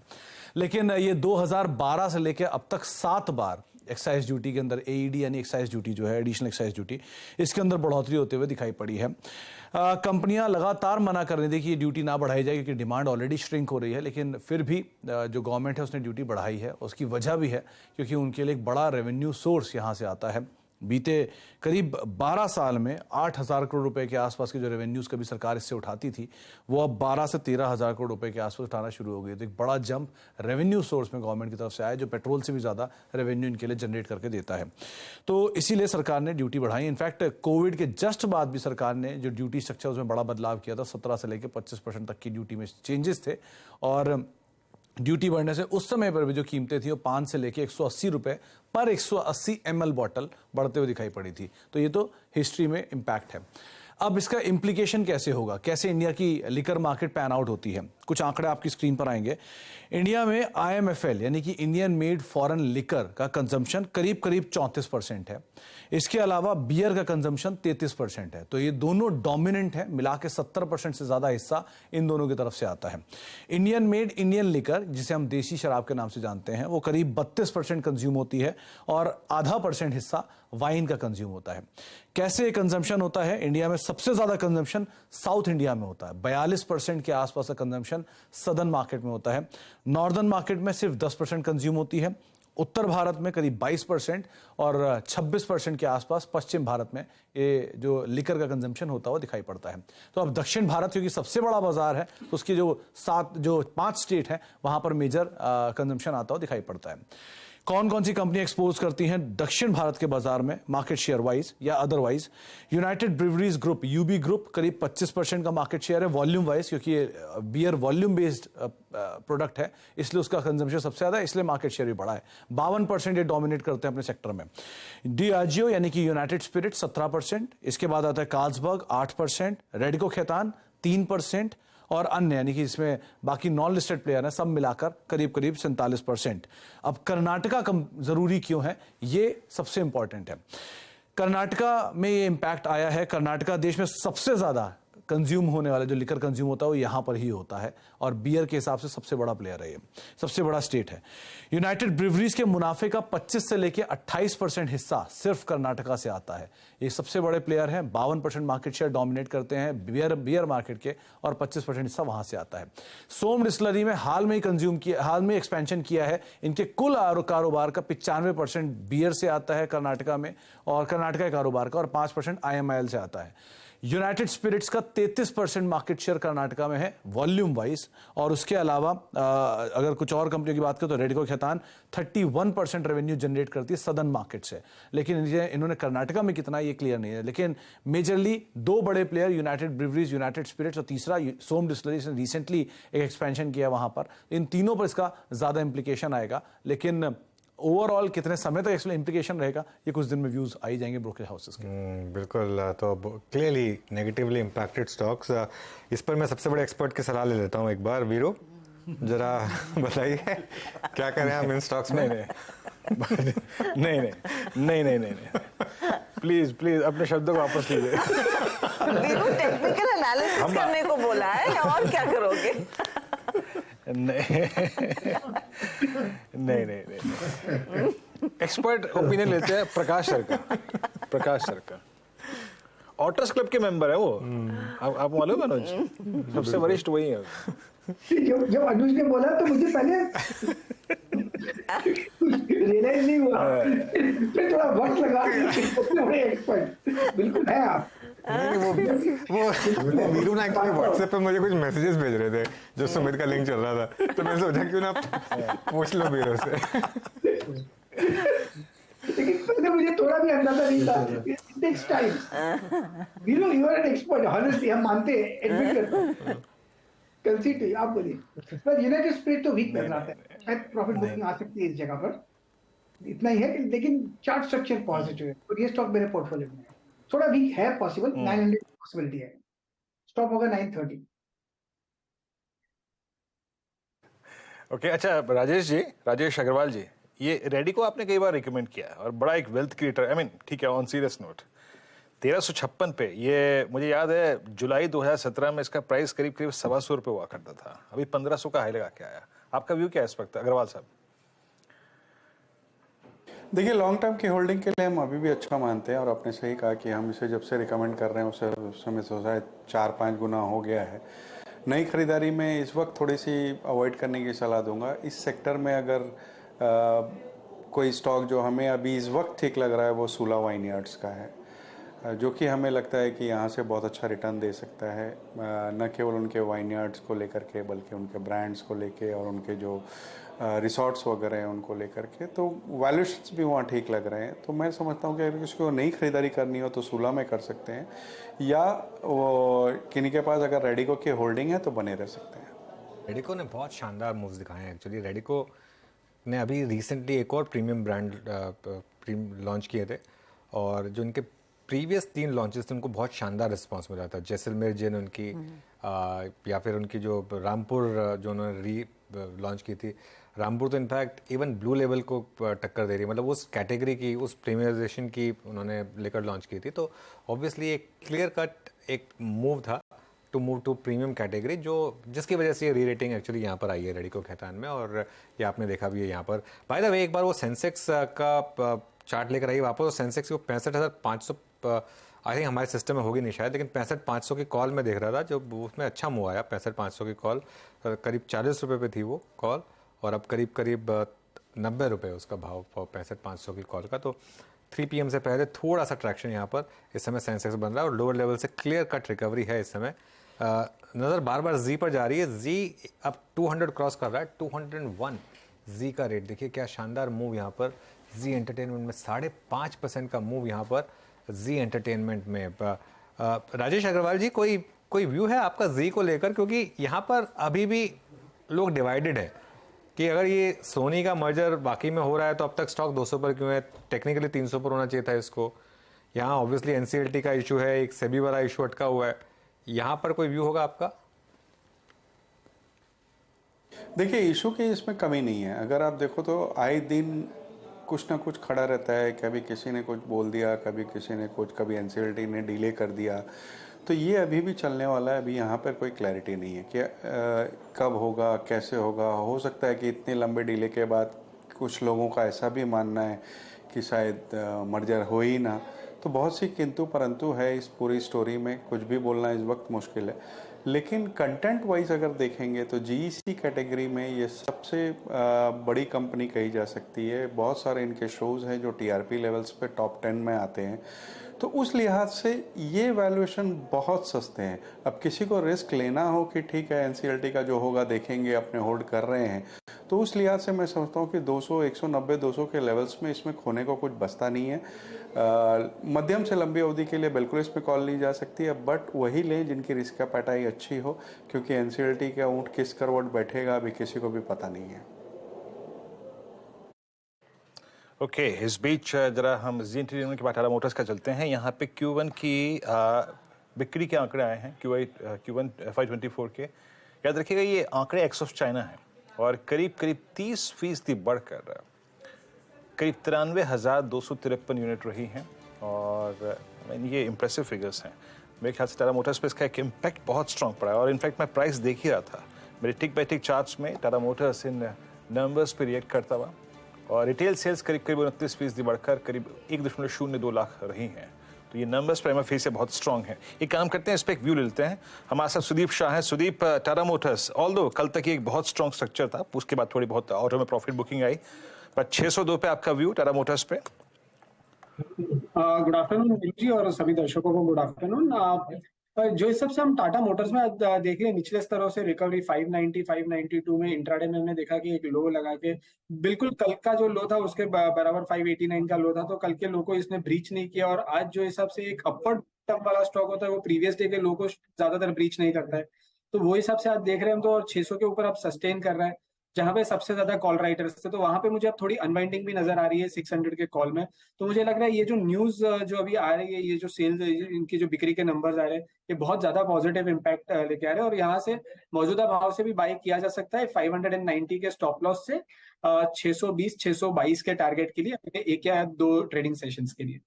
टाटा मोटर्स इसी तरीके का स्टॉक है, एक बार चलना शुरू होता है तो चाहे इंट्राडे हो चाहे इंट्रा मंथ हो, वो इसी तरीके से चलता है। इस समय टाटा मोटर्स डे हाई पर। चलिए एक काम करते हैं, फिर 4 का चौका की शुरुआत करते हैं और चारों ट्रेड्स आपके लिए सस्ता ऑप्शन सबसे पहले लेंगे मानस से। मानस बताइए क्या ट्रेड होगी? देखिए, सस्ता ऑप्शन के लिए जी लिमिटेड का 200 वाला कॉल ऑप्शन लेंगे, क्योंकि यहाँ पर एक फ्रेश ब्रेकआउट देखने को मिला है। ऑप्शन की बात करें तो 11 रुपए 50 पैसे के आसपास ये ऑप्शन ट्रेड कर रहा है, 200 वाला कॉल ऑप्शन। वहां पर आप खरीदारी करिए, 8 रुपए का स्टॉप लॉस लगाइए और 20 रुपए के टारगेट जी लिमिटेड के 200 वाले कॉल ऑप्शन में आप टारगेट सेट कर सकते हैं 20 रुपए के आसपास। रैशनल की बात करें तो देखिए, स्टॉक ने कुछ इंपॉर्टेंट मूविंग एवरेज रिगेन कर लिए हैं। 20 day 50 day 100 day moving average breach हो चुका है, उसके ऊपर स्टॉक निकला है और अब शायद ये टेस्ट करेगा 200 डे मूविंग एवरेज, जो कि 215 रुपए है। तो जी लिमिटेड के 200 वाले कॉल ऑप्शन में खरीदारी करने की राय रहेगी। तो 200 का कॉल जी एंटरटेनमेंट वाला 20 तक जा सकता है, यहाँ पर पोटेंशियल है और तेजी जोर पकड़ेगी। राजेश जी, राजेश सातपुते, हेफिनो सुपरस्टार। या हर्षदा जी, मुझे लगता है ऑटो में जिस तरह से शॉर्ट कवरिंग हो रही है, आप देखिए अशोक लेलैंड देखिए, टाटा मोटर्स देखिए, टीवीएस मोटर, मारुति, तो जो फोकस मैं यहाँ पे कर रहा हूँ वो मारुति पे है, क्योंकि मारुति में हमने एक ब्रेकआउट देखा, ब्रेकआउट के बाद कल कूल ऑफ देखा, कूल ऑफ के बाद यहाँ पे अगर डेली चार्ट देखते हैं उसके बाद आरली, तो यहाँ पे कन्विक्शन बनता है कि यहाँ पे फिर से रैली आनी चाहिए। सो 9,900 का जो सपोर्ट है, इसे ध्यान में रखते हुए मैं लॉन्ग करूंगा मारुति को। मेरा स्टॉप लॉस जो है दैट विल बी एट 9,875 और जो टारगेट होगा वो इनिशियल होगा 10,200 का, बड़ा टारगेट आ रहा है। ओके, मारुति आपका ट्रेड 9950। और देखिए, अच्छी बात ये भी है कि मारुति में एक रिक्वायर्ड कूल ऑफ, किसी भी साइकोलॉजिकल लेवल को टच करने के बाद एक रिक्वायर्ड कूल ऑफ जरूरी होता है, और अब वो कूल ऑफ आ चुका है, तो अब ये पिक कर रहे हैं राजेश जी। ये कल मेरे ख्याल से आशीष चतुर्मुता जी की भी कॉल थी इसको पिक करने की, दोबारा ये कॉल आई है स्क्रीन पे। 4 का चमत्कार सुदीप शाह जी की तरफ से आएगा। सुदीप, क्या पिक कर रहे हैं आप? मैं पिक कर रहा हूँ कैनरा बैंक। हम पीएसयू बैंक इंडेक्स में हम देख रहे हैं कि जो हिसाब से एक अच्छा मूव आया है, और आज जो हिसाब से जो लेवल पे पीएसयू बैंक इंडेक्स क्लोज दे रहा है वो अपने हाईएस्ट क्लोजिंग लेवल बेसिस पे ये लेवल रहेगा। मुझे लग रहा है यहाँ पे सबसे टॉप पिक है कैनरा बैंक। कैनरा बैंक में आज जो हमने मोमेंटम देखा है, पिछले कुछ दिनों से मोमेंटम आ रहा है, मुझे लग रहा है यहाँ से ये स्टॉक अराउंड 350 355 की ट्रेजेक्टरी की ओर बढ़ रहा है। 323 का स्टॉप लॉस रखेंगे। और यहाँ पे एक चीज ऑब्जर्व करने की है कि मे का जो स्विंग हाई है, स्टॉक अब इसके ऊपर सस्टेन कर रहा है, तो मुझे लग रहा है एक अच्छा momentum daily, weekly, monthly charts पे इस पे डेवलप होते हुए दिख रहा है। तो 324 के स्टॉप लॉस के साथ 350 के टारगेट के लिए कैनरा बैंक में हम बाय कर सकते हैं। कैनरा बैंक में बाय करना है यहाँ पर। राजेश अग्रवाल जी, आपकी पिक क्या होगी मिड कैप फंडा के लिए? देखिए, मैं सेंचुरी टेक्सटाइल के साथ जाना चाहूँगा। कंपनी रियल स्टेट, टेक्सटाइल और पेपर, ये 3 डिवीजन में काम करती है। पेपर में उनकी एक्सपेंशन पूरी हो गई है, टिश्यू पेपर में नॉर्थ इंडिया में मार्केट लीडर कहे जा सकते हैं। सबसे बड़ी पॉजिटिव बात इस कंपनी में ये है कि पहले ये सिर्फ लैंड बैंक की स्टोरी हुआ करती थी और अब ये रियल स्टेट की स्टोरी है। बिरला एस्टेट्स करके इनकी जो सब्सिडरी है उसके थ्रू ये रियल स्टेट डेवलपमेंट में है। मुंबई वालकेश्वर में इन्होंने नई लैंड खरीदी है, बेंगलुरु में ये नई लैंड खरीद के वहाँ पैर पसार रहे हैं। सारी तरफ से अच्छे नंबर्स आ रहे हैं। पिछली तिमाही के अगर आप नंबर देखो तो बहुत शानदार नंबर आए थे, 68% के आसपास जंप आया था टॉप लाइन बॉटम लाइन में। तो मुझे लगता है कि ये स्टॉक पे ध्यान देना चाहिए, कंसिडरिंग कि इनकी जो रियल स्टेट की स्टोरी है बहुत शानदार तरीके से चल रही है। मौजूदा स्तर से कम 20% की बढ़त आने वाले 2 क्वार्टर्स में हम देख रहे हैं। यहाँ पे खरीदारी की सलाह है। ये यहाँ पर खरीदारी की सलाह है सेंचुरी टेक्सटाइल में। चलिए चारों के चारों ट्रेड्स एक बार आपके लिए रिकैप कर दें। सबसे पहले मानस ने जी एंटरटेनमेंट का 200 का कॉल ऑप्शन सजेस्ट किया। अच्छा मोमेंटम जी में इस समय, एक बहुत बड़ा ब्रेकआउट, और इस समय इनफैक्ट F&O का टॉप गेनर जी, और यहाँ पर आपको स्टॉप लॉस सजेस्ट किया गया 8 रुपये का और टारगेट 20 रुपये का। राजेश सतपुते ने मारुति पर दांव लगाया, 10,200 के टारगेट, 9,875 का स्टॉप लॉस। कैनरा बैंक है सुदीप की चॉइस चार्ट का चमत्कार में, और मिड कैप फंड के लिए राजेश जी ने चूज़ किया सेंचुरी टेक्सटाइल। चलिए अब एक बात करते हैं और थोड़ा अहेड ऑफ द कर्व, क्योंकि हम हमेशा रहते हैं इन इश्यूज को लेकर। HDFC और HDFC बैंक के मर्जर के बाद MSCI और FTSE से रिलेटेड किस तरीके के इनफ्लोज और आउटफ्लोज आ सकते हैं और कौन सी वो तारीखें हैं जो आपको ध्यान में रखनी है, ये पूरा एनालिसिस लेकर यतिन आ गए हैं। यतिन, गुड आफ्टरनून, बताइए। Good afternoon. और बहुत अहम मुद्दा जो आपने हाईलाइट किया और जो मैंने थोड़ा बहुत इस पे काम किया, तो HDFC और HDFC बैंक का जो मर्जर है वो 13 तारीख को होने वाला है, यानी 12 बुधवार को ये अमालगमेशन कंप्लीट हो जाएगा। तो जो HDFC लिमिटेड की लास्ट ट्रेडिंग डेट होगी वो 12 तारीख होगी। देखिए, क्योंकि ये इतना बड़ा मर्जर है तो ग्लोबल फंड्स के लिहाज से और डोमेस्टिक म्यूचुअल फंड्स के लिहाज से काफी अहम है, क्योंकि दो बड़ी निफ्टी की कंपनी या दो लार्ज कैप कंपनीज अब एक बन रही हैं, तो फ्लोज का क्या होगा। सबसे पहले जानते हैं मीडियम टर्म शॉर्ट टर्म में कैसे ये ट्रेड प्ले आउट होगा।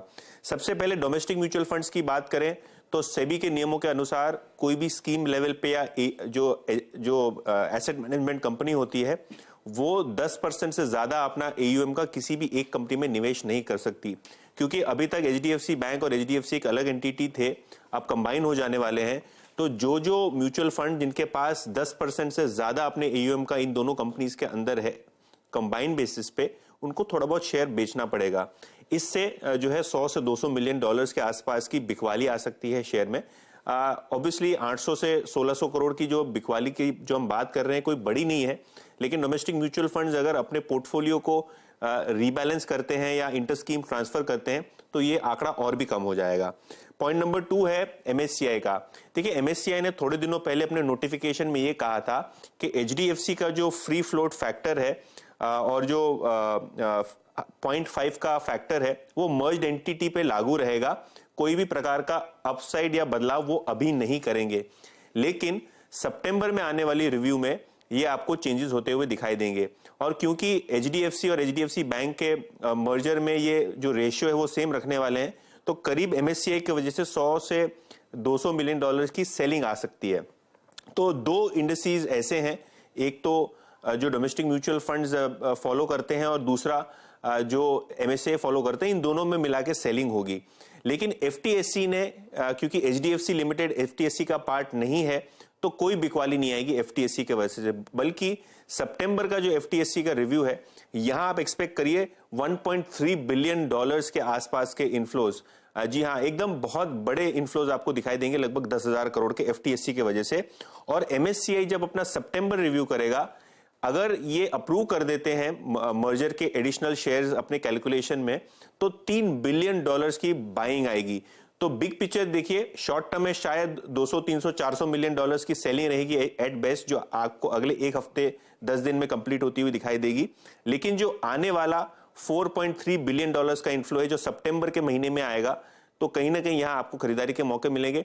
इनफैक्ट अगस्त का एक महीना आपको रुकना पड़ेगा, क्योंकि सितंबर में तो ऐसे ही पूरे चेंजेस लागू हो जाने वाले हैं। तो ऑब्वियसली जुलाई तक ये शायद सेलिंग रहे, अगस्त में मौका मिले और सितंबर में फिर से एक बार FIIs यहाँ खरीदारी करने के लिए आएंगे। बिल्कुल यतिन, बहुत बहुत शुक्रिया। और देखिए, मार्केट एक्चुअली वेट शायद ना करे सितंबर तक, क्योंकि ये इसके बारे में बातें शुरू हो जाएंगी, लेकिन ये सारे नंबर्स आपको ध्यान में रखने, इसको हम रिविजिट करते रहेंगे बीच बीच में, लेकिन ये इस समय बड़ी थीम। अच्छा, एक बार जरा वो जी का चार्ट वापस लेकर आइए और एक बार वो जी का जो कॉल ऑप्शन मानस ने सजेस्ट किया था, एक बार वो वापस स्क्रीन पर रख दीजिए। 208.25 इस समय टेम्परेरी फ्रीज। अब जी 10%, मानस का टारगेट हिट होने के एकदम करीब है। 18 रुपए का वो रेट है अब इस समय, 20 रुपए का मानस का टारगेट था। मानस, आपने भी नहीं सोचा होगा कि 5 मिनट में टारगेट हिट हो जाएगा, लेकिन ये जब एक बार मार्केट में मोमेंटम आता है तो इसी तरीके से आता है। अब क्या करें, बांध ले मुनाफा यहाँ पर, या फिर ये अभी मोमेंटम है, या फिर थोड़ा सा ऊपर के लेवल पर शिफ्ट हो जाए कॉल में? देखिए, मैं समझता हूँ प्रॉफिट बुक कर लेना चाहिए। उन 18.80 के हाइज बने हैं उस ऑप्शन के, तो आपने 11.50 पे अगर लिया है तो बहुत ही बढ़िया प्रॉफिट है। 3000 का लॉट साइज है, तो एक बड़ा प्रॉफिट है, इसलिए बिल्कुल प्रॉफिट बुक करने की राय रहेगी। ये समय टेम्परेरी फ्रीज, तो प्रॉफिट बुक कर लीजिए। अच्छा, HDFC बैंक की क्योंकि बात हो रही थी, मैं थोड़ा सा डाइग्रेस कर गया क्योंकि एकदम से जी में सर्किट वाला मूव आया। तो राजेश अग्रवाल जी, आप HDFC बैंक में अपने क्लाइंट्स को क्या सलाह दे रहे हैं? इस डिप में बाय करें फिर से? जी बिल्कुल, हमने हमारे क्लाइंट्स को खरीदारी की सलाह दी है। इनफैक्ट जो कल परसों गिरावट आई थी, उस समय हमने हमारे क्लाइंटों की खरीदारी करवाई है। कारण वही है जो हम सब जानते हैं कि हर क्वार्टर लगातार अच्छे परफॉर्मेंस दिखाई है, 20-21% की कंसिस्टेंट ग्रोथ है बैंक में, एसेट क्वालिटी स्टेबल है। और अब जबकि HDFC का मर्जर हो जाएगा तो इनका रिटेल पोर्टफोलियो और बड़ा हो जाएगा, चौथी पांचवी बड़ी बैंक उभर कर आएगी पूरे विश्व में, भारत में भी फर्स्ट नंबर पे आ जाएगी। तो मुझे लगता है इन सब चीज़ों के मद्देनज़र ये जो गिरावट है यहाँ खरीदारी का ही मौका। और सबसे बड़ी बात अगर आप देखो तो पिछले 1.5 साल से बहुत अंडर परफॉर्म किया है इस स्टॉक ने, कम से कम एक कैचअप तो बनता ही है।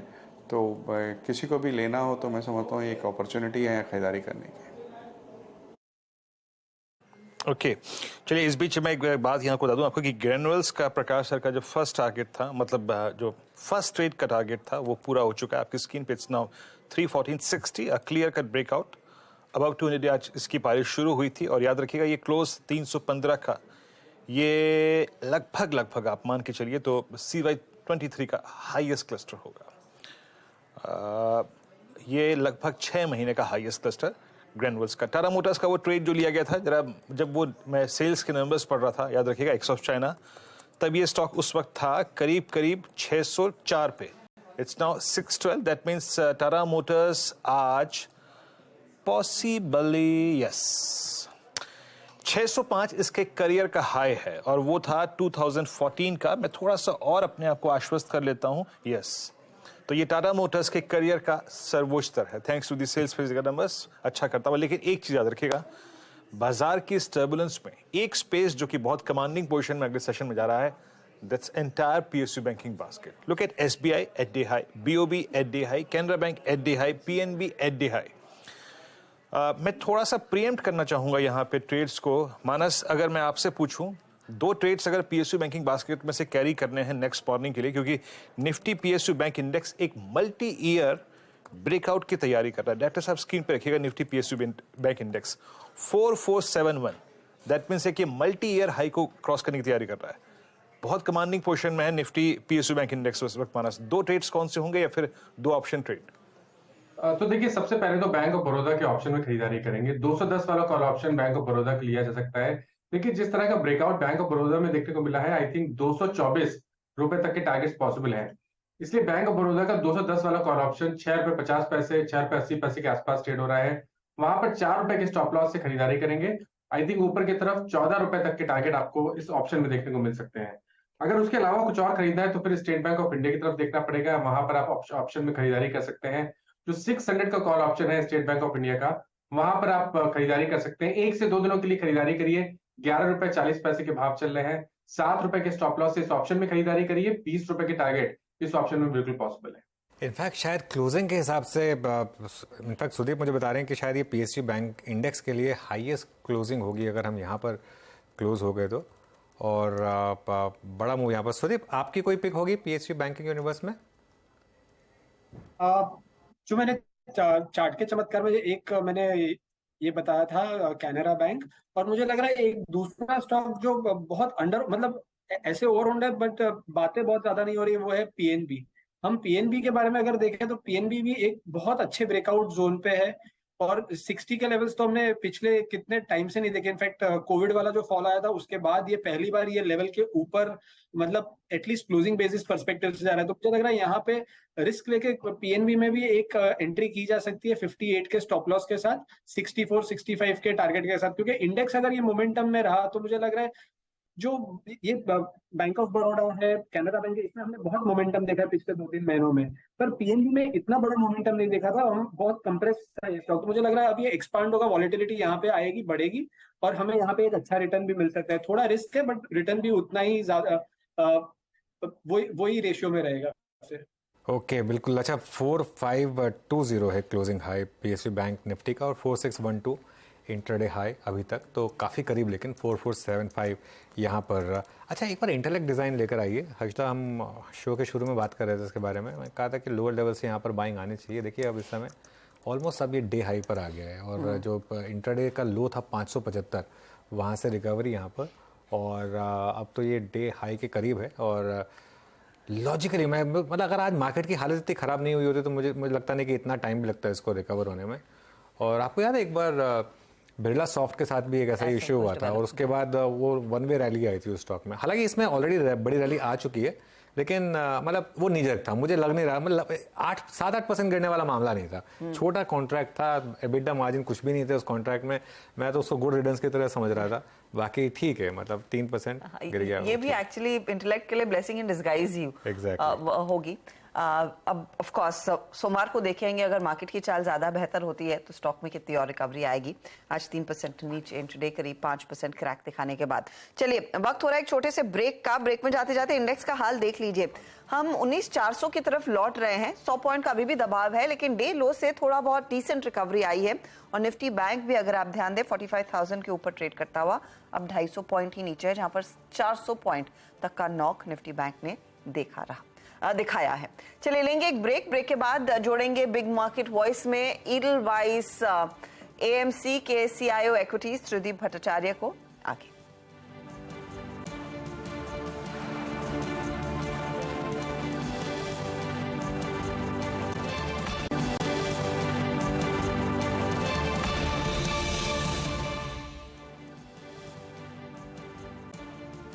Welcome back. आप देख रहे हैं कमाई का अड्डा। शुक्रवार आफ्टरनून मार्केट में रिकवरी चल रही थी, लेकिन एकदम से एक नॉक आया। निफ्टी को लेकर आइए एक बार जरा, और सेंसेक्स भी। मेरे ख्याल से शायद वो 3 PM फैक्टर है जो सेंसेक्स को इस बार थोड़ा सा नेगेटिवली इम्पैक्ट कर रहा है। सेंसेक्स जो 65,500 के ऊपर ट्रेड कर रहा था, एकदम से यहाँ पर एक नॉक और 65,340 पर अभी आ गया। ये पूरा का पूरा हर्षदा वीकली ऑप्शंस की वजह से शायद मुझे लग रहा है मामला बिगड़ा है, क्योंकि अगर आप इंडिविजुअल स्टॉक्स देखेंगे कहाँ पर सबसे ज़्यादा प्रेशर आ रहा है, LNT लेकर आइए एक बजरा, LNT, ITC, तो कुछ इंडेक्स हेवीज में इस समय थोड़ा सा सेलिंग प्रेशर, और इसके लिए अब हम एकदम से डे लो पर आ गए मार्केट पर।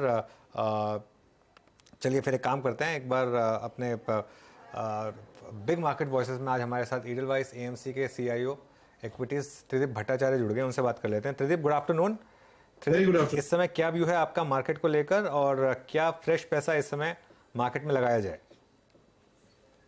मार्केट का व्यू नियर टर्म तो थोड़ा कंसोलिडेशन का है, मीडियम टर्म पॉजिटिव है। मुझे लगता है कि मार्केट ने थोड़ा सा रिजल्ट सीजन को एंटिसिपेट करके ऊपर आ गया। अभी नंबर्स आने बाकी हैं, सो अगले 1 महीने या अगर बहुत नियर टर्म देखें तो मेरे ख्याल से नंबर्स के जो कंपनीज के नंबर्स आएंगे उसके मुताबिक ये एक्ट करेंगे। बट मेरे को नहीं लगता है कि ऐसा बहुत बड़ा करेक्शन या ऐसा कुछ मेरा एंटिसिपेशन है, बिकॉज मीडियम टर्म बुलिश है। टिप्स ओवरऑल बाई कर लिए जाएंगे और करने चाहिए मेरे हिसाब से। So that is what I would call as starting point. Tridip, आज बाजार को लग रहा है हल्का सा जुकाम हो रहा है, कंसिडरिंग व्हाट्स हैपेंड ओवरनाइट या पिछले 2 ट्रेडिंग सेशंस यूरोप और ऑफ कोर्स US में, जहां पर फिर से वो रेट हाइक का डर खाने लगा है। लेकिन ये तो बाजार ने पचाया हुआ था, राइट, कि अगला जो कॉन्वर्सेशन FOMC का होगा उसमें वो रेट हाइक की तरफ बढ़ सकते हैं। ये अगर भारतीय कॉन्टेक्स्ट से देखें, क्या फिर प्रेशर बढ़ जाता है RBI पर भी ये पॉज कंटिन्यू करने के लिए? ये बहुत अच्छा सवाल है। देखिए, पहले तो अगर आप पिछले 3 महीने का मार्केट का राइज देखें, उसके पहले मार्केट गिरा बिकॉज रेट बढ़ रहा था। फिर अचानक से मार्केट को ध्यान आया कि यहाँ पे मार्केट रेट शायद पीक हो गए हों, इसलिए एक अच्छी खासी रैली आ गई। तो उसके कॉन्टेक्स्ट में जब अभी अगला 1-2 रेट हाइक और आने की बात आ रही है, this is probably A surprise from that stand point, और इसलिए थोड़ा मार्केट में वॉलेटिलिटी देखने को आ रहा है। ये पहली बात। और ये थोड़ा आना भी था मेरे ख्याल में, एक साथ में मार्केट में बहुत अच्छी रैली देख रही थी, थोड़ा सा करेक्शन भी होना जरूरी था। दूसरी तरफ से अगर from India point of view देखें तो हमारा इन्फ्लेशन में सूरत हाल उतना बुरा नहीं है। हमारे यहाँ पे तो मेरे ख्याल में RBI में प्रेशर केवल करेंसी पॉइंट ऑफ व्यू से उसको पैरिटी मेंटेन करने के लिए रहेगा, वरना अगर आप WPI देखें जो कि लीड इंडिकेटर होता है CPI विच इज इन्फ्लेशन के लिए, वो काफी हद तक नीचे आ गया है। तो मैं ये नहीं कहूंगा कि RBI की बहुत बड़ा प्रेशर है कि उनको भी रेट बढ़ाना पड़ेगा। करेंसी पॉइंट ऑफ व्यू से, currency stability point of view से अगर वो करेंगे कुछ तो करेंगे, पर मेरे ख्याल में हालांकि मैं रेट एक्सपर्ट नहीं हूं, पर मुझे लगता है कि फ्लैटिश की तरफ मेरा ध्यान ज्यादा होगा as oppose to rate increase. Tridip, क्योंकि अब एक तो हर्षदा ने ग्लोबल इवेंट की बात करी, रेट्स की बात करी, मैं दूसरे इवेंट की बात करता हूँ, दैट्स अर्निंग सीजन। इस अर्निंग सीजन के किक स्टार्ट होने से पहले आपको इस 3 महीने के बड़े स्विंग के बाद, वर्टिकल स्विंग ऑलमोस्ट, एक्सपेंसिव क्या लग रहा है? वो स्पेस जहां से थोड़ा सा अपने आप को अब लाइट करना चाहिए, अपनी पोजिशंस को थोड़ा सा अनवाइंड करना चाहिए। आईटी, इसमें कोई राय नहीं कि उसमें कहीं शामिल ही नहीं होता है, बट अदर देन आईटी, चाहे वो ऑटो हो, चाहे वो रियल एस्टेट हो, चाहे वो एनबीएफसीज हो, चाहे वो एचएफसीज हो, चाहे वो बैंक्स हो, चाहे वो कैपिटल गुड्स हो, केमिकल ने पार्टिसिपेट बिल्कुल नहीं किया। कहाँ पे आप थोड़ा सा लाइट होना चाहेंगे? So obviously forward looking statement में one has to be careful, but I think एक जगह जो आपने mention किया, IT services clearly rally हो गया है, वहाँ पे थोड़ा बहुत profits can be taken out. मेरे ख्याल में in the very short term थोड़ा mid और small cap area में मेरे ख्याल में थोड़ा बहुत excitement ज़्यादा हो गया है, वहाँ पे हो सकता है थोड़ा बहुत correction देखने को मिले। एक वो segment मैं बोलूँगा जहाँ पे थोड़ा बहुत correction आ सकता है, और दूसरा अगर मैं पॉइंट करूं कि जहाँ पे थोड़ा बहुत करेक्शन देखने को मिल सकता है, वो है probably in the overbought second रंग फाइनेंशियल्स। वहाँ पे थोड़ा बहुत आपको करेक्शन देखने को मिल सकता है, क्योंकि वो काफी पिछले 1-2 महीने में बहुत चल गए हैं, और नंबर शायद उतने अच्छे ना आए, वो आएंगे धीमे धीमे, पर उतने अच्छे ना आए जितने लोगों की सोच रहे हैं। बाकी मेरे ख्याल में बहुत कंपनी स्पेसिफिक मूवमेंट रहेगा इस बार।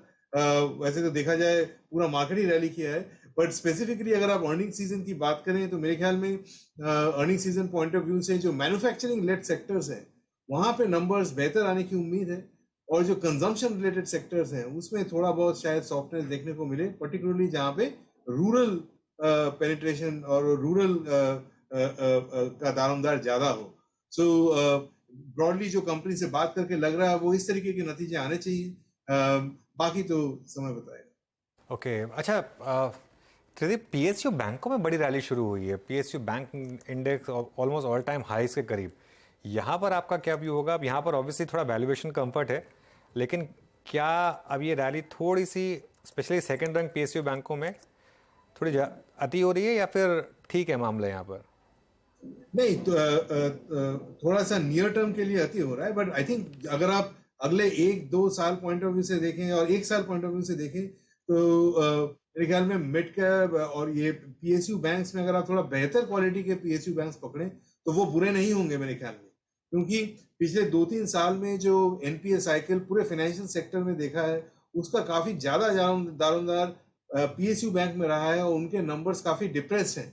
सो अगले 1 साल में इनके नंबर्स शायद बेहतर आए, और ऐसे हाल में अगर आप बेटर रन पीएसयू बैंक्स ले लें तो उनका भी, उनमें भी मतलब उनके भी आउटलुक पॉजिटिव लगता है मुझे।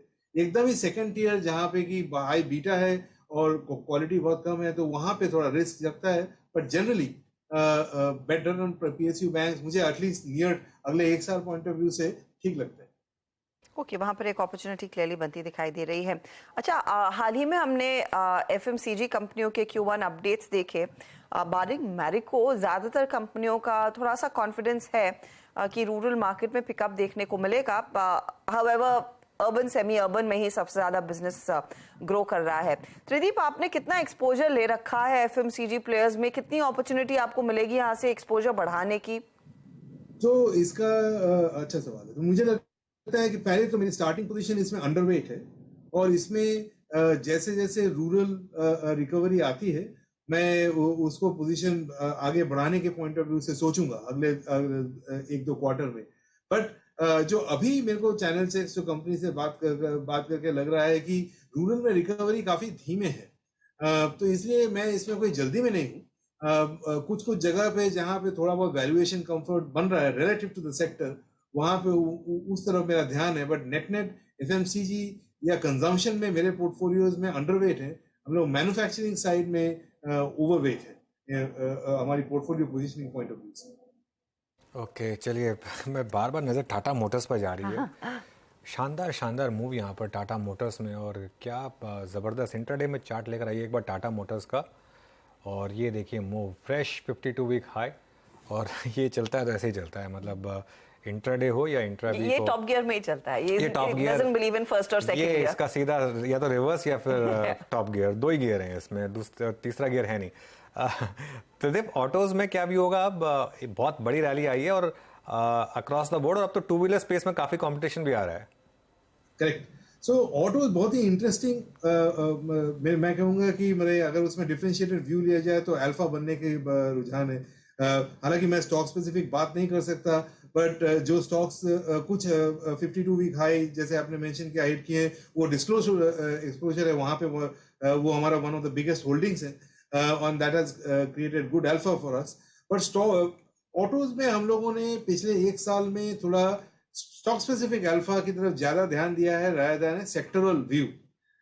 हमारा मानना ये रहा है कि एज ए सेक्टर अगर आप देखें तो इसमें ईवी डिस्ट्रप्शन है, but with in the sector जो मार्केट शेयर गेनर्स हैं और जहां पे मॉडल लॉन्चेस ज्यादा हैं उस एरिया में हम लोगों ने फोकस किया है। उससे इस स्ट्रेटेजी को अपनाने से विद इन द सेक्टर हमारा अल्फा काफी अच्छा रहा है पिछले एक साल में।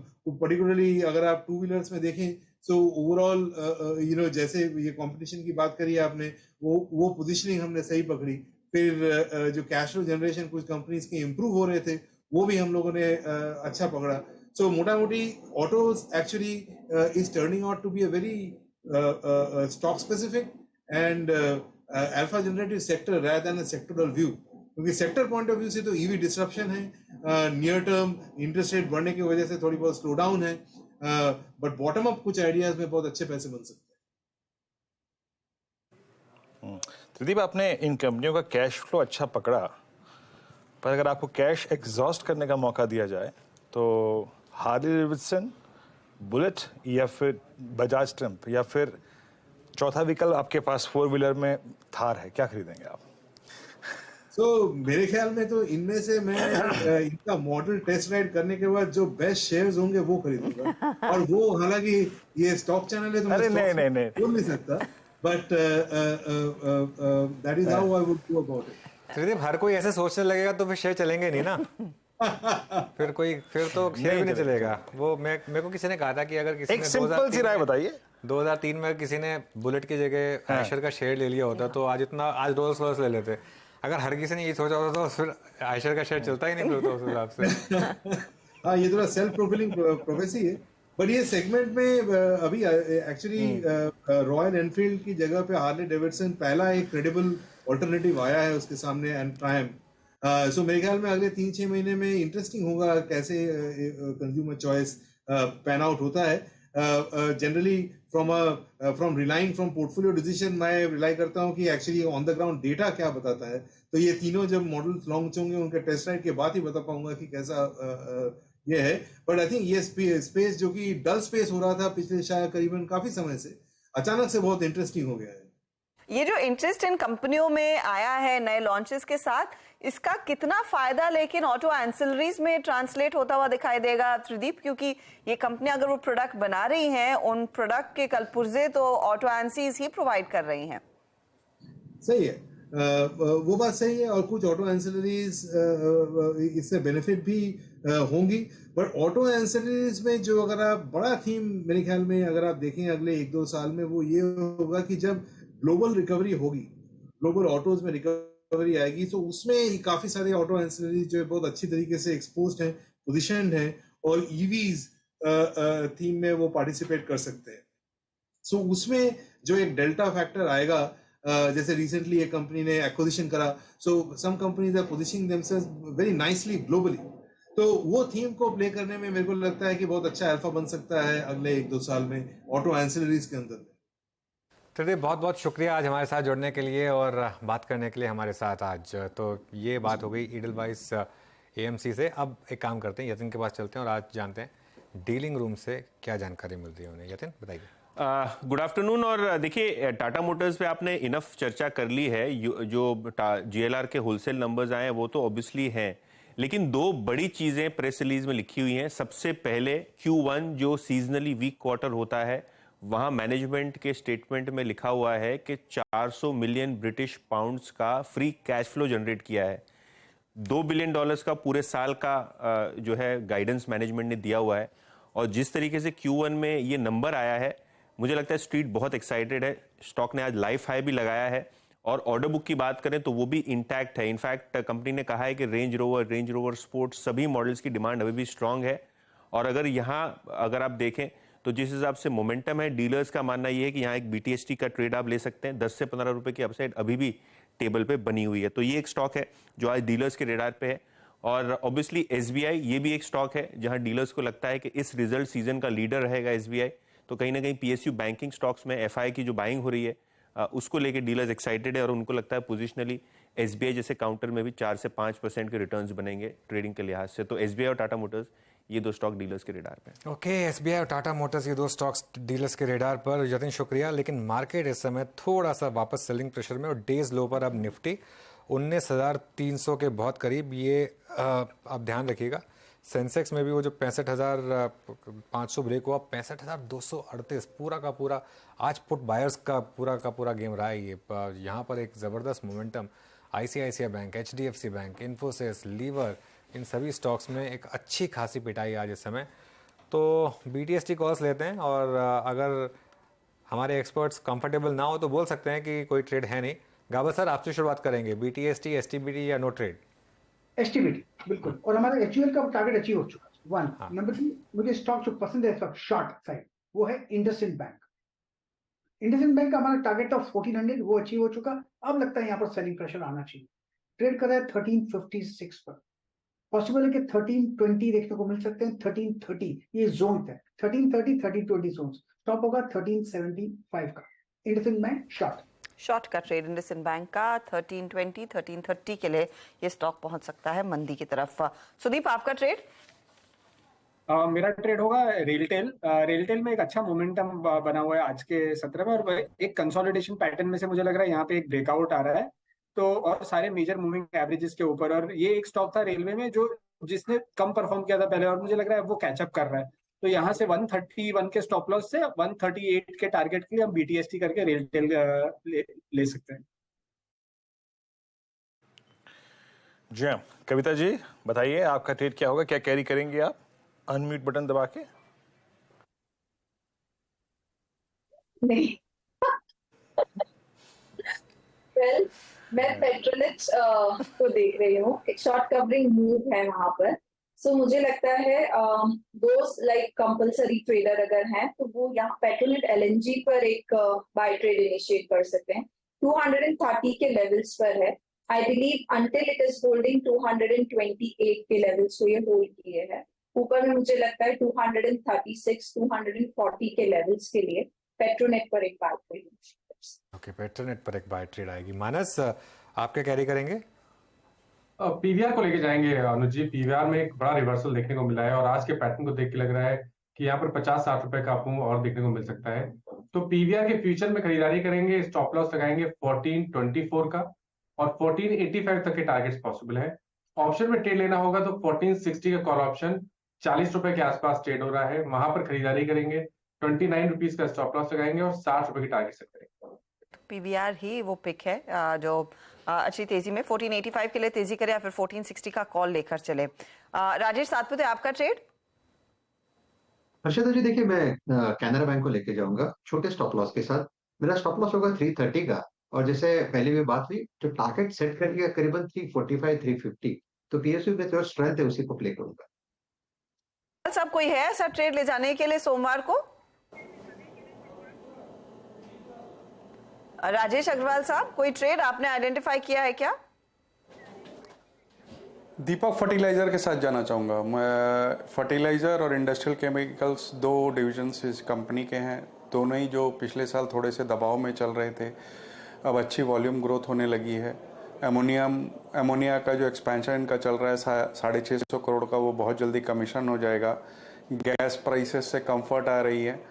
फोर्थ क्वार्टर में जो नंबर दबाव में आए थे, मुझे लगता है कि अब नंबर्स में भी सुधार होते जाएगा। और जो रिस्ट्रक्चरिंग की बातें मैनेजमेंट ने की है, हालांकि उसमें बहुत समय है अभी, वहाँ से बहुत अच्छी वैल्यू अनलॉकिंग लंबी अवधि में हो सकती है। शॉर्ट टर्म में भी मैं समझता हूँ कम से कम 7-8% की मूव इसमें आने वाले 15-20 दिन में हो सकती है, बट हम इसमें लंबी अवधि के निवेश की ही सलाह दे रहे हैं। मौजूदा स्तर से 20 से 25% की बढ़त हम 2 क्वार्टर में मान के चल रहे हैं। ओके, टाटा मोटर्स अब लाइफ हाई पर और मार्केट की वीकनेस का हल्का सा भी इम्पैक्ट नहीं है यहाँ पर। और क्या शानदार मूव रहा है। इनफैक्ट ये रैली शुरू हुई थी करीब 450 से टाटा मोटर्स में, 450 से 550 एक वन वे रैली आई, फिर 550 से स्टॉक करेक्ट हुआ, 520 510 तक गया और अब उसके बाद एक और वन वे रैली यहाँ पर और ये अब लेकर आ गई इसको 620 पर इस समय।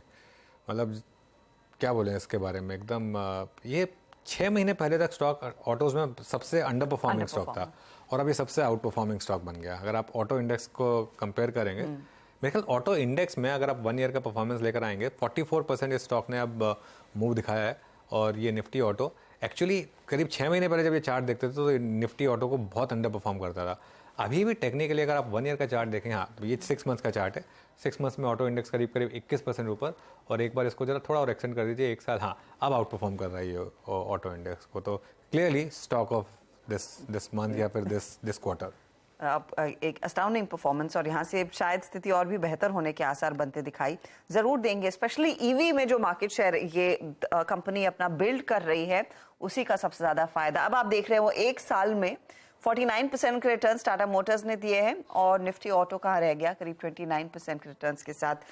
काफी तगड़ा मूव इधर बनता दिखाई दिया है। अच्छा, लास्ट आवर ऑफ इस ट्रेड में भले ही दबाव देखने को मिला हो, कुछ स्टॉक्स हैं जो पॉजिटिव साइड पर बैठे हैं। एक बार भारतीय एयरटेल पर फटाफट से राय ले ली जाए, क्योंकि कल परसों इसमें हमने देखा था कुछ मुनाफा वसूली, फिर एक पुल अप आया, आज थोड़ा सा स्टेबल है। भारतीय में मानस चल क्या रहा है, किन लेवल्स के ऊपर आपको ज्यादा कंफर्ट होगा ट्रेड के साथ बने रहने का, नई पोजीशन लेने का? तो देखिए, जब तक 20 डे मूविंग एवरेज के ऊपर ट्रेड करता रहेगा पोजीशन में बिल्कुल बने रहा जा सकता है। तो 850 रुपए के ऊपर बिल्कुल कंफर्टेबल है, क्योंकि यहाँ पर ट्रेंड पॉजिटिव है, हाई टॉप हायर बॉटम का ट्रेंड है और ऑलरेडी स्टॉक ने ब्रेकआउट दिया हुआ है। तो इस कंसोलिडेशन में आप खरीदारी भी कर सकते हैं और अपनी पोजीशन में बने भी रह सकते हैं। तो 850 रुपए के स्टॉप लॉस से आप फ्रेश खरीदारी करिए। आई थिंक 930 से लेकर 950 तक के स्तर आपको बहुत ही जल्द भारतीय एयरटेल में देखने को मिल सकते हैं। ओके, भारतीय एयरटेल 870। मीनवाइल जरा आप निफ्टी बैंक को लेके आइएगा 44,885, लगभग 450 अंक नीचे। पहली बार हम करीब पिछले 3 दिन के या फिर पिछले डे के लो को इतनी डिसाइसिवली वॉलेट कर रहे हैं। और अब देखिए, 2 चीज़ें हैं, एक तो ये गिरावट है या फिर दूसरी चीज़ आप कह सकते हैं लॉजिकली ये कूलिंग ऑफ प्रोसेस है। हमारा जो shortest moving average on Nifty bank है, that is 10 day exponential moving average, वो 44,745 पे है। दैट मीन्स ये क्लोज अब अपने शॉर्टेस्ट मूविंग एवरेज 10 डे से मात्र 120 अंक ऊपर है। और अगर आप निफ्टी के परिप्रेक्ष्य में बात करें तो ये क्लोज अगर 19,316 पे आ रहा है तो हमारा शॉर्टेस्ट मूविंग एवरेज, जैसे कि शुरू में बात हुई थी, इट्स 19,200 और प्रिसाइसली करीब 19,190 पे परसिस्ट करता है। कूलिंग ऑफ और swing towards shortest moving average. आइए देखते हैं कि मार्केट ब्रेथ कैसी रही आज पिटाई हर जगह हुई थी यार, और शॉर्टिंग सबसे बड़ी केमिकल बास्केट में हुई है। लेकिन जरा ब्रेथ आइए, उसके बाद जरा एग्जैक्टली थोड़ा सा मार्केट को कैसे अप्रोच करना चाहिए देखेंगे। लॉन्ग हार्डली 20, एंड जैसे कि मैं कह रहा हूँ कि कंप्लीटली शॉर्ट का प्रेशर था यहाँ पे। 77 short, 75 long unwinding, short covering 15, मतलब ये ग्रीन का आंकड़ा बहुत कम था। लेके आइए जरा लॉन्ग बिल्डअप हुआ जी एंटरटेनमेंट में, पीवीआर में, ग्रेनुअल्स और टाटा मोटर्स। आई थिंक वो जो सेल्स फिगर आई उसने कमाल किया। ग्लेनमार्क फार्मा इस कार्यक्रम का दूसरा ट्रेड था, मतलब तीनों ही ट्रेड इस कार्यक्रम में थे। बाकी एचपीसीएल में शॉर्ट कवरिंग, वोल्टास में शॉर्ट कवरिंग, पेट्रोनेट में शॉर्ट कवरिंग। ये कविता जी ने पिक भी किया। एमएनएम आज अपना ऑल टाइम हाई क्रिएट किया। जीएमआर एयरपोर्ट्स इसने भी अपना आज स्विंग अच्छा दिया, 1% का यहाँ पे स्ट्रेंथ थी। और अगली स्लाइड में आती है शॉर्ट और लॉन्ग अनवाइंडिंग, कहाँ पे प्रॉफिट्स कैश में कन्वर्ट हुए और कहाँ पे शॉर्टिंग हुई। इस क्रम में आपके ऊपर आपकी स्क्रीन पे एमएनएम फाइनेंशियल्स, दीपक नाइट्राइट, जैसे कि मैं कहता केमिकल बास्केट में श्रीराम फाइनेंस और इंटेलेक्ट डिजाइन और इंडिया मार्ट, यहाँ पे शॉर्टिंग हुई। लॉन्ग अनवाइंडिंग कल एयू स्मॉल फाइनेंस बैंक ने अपना ऑल टाइम हाई क्रिएट किया था, वहाँ पे लॉन्ग अनवाइंडिंग हुई। Power grid, Concor, Apollo hospitals और एचयूएल में। और ये क्लोज आ रहा है मोर और लेस। अगर आप देखें, मैं मान के चलूँ अगर ये क्लोज अगर 19,317 पे आ रहा है तो अनुज पहली बार हम पिछले 7-8 सेशन में प्रीवियस डे के लो को वॉलेट कर रहे हैं, डिसाइसिवली वॉलेट कर रहे हैं। ये बुरा माना जाए, अच्छा माना जाए? मैं प्रश्न मेरा ये है कि कूलिंग ऑफ रिक्वायर्ड थी 8 दिन के बाद, 9 दिन के बाद, और वो हो रही है अब।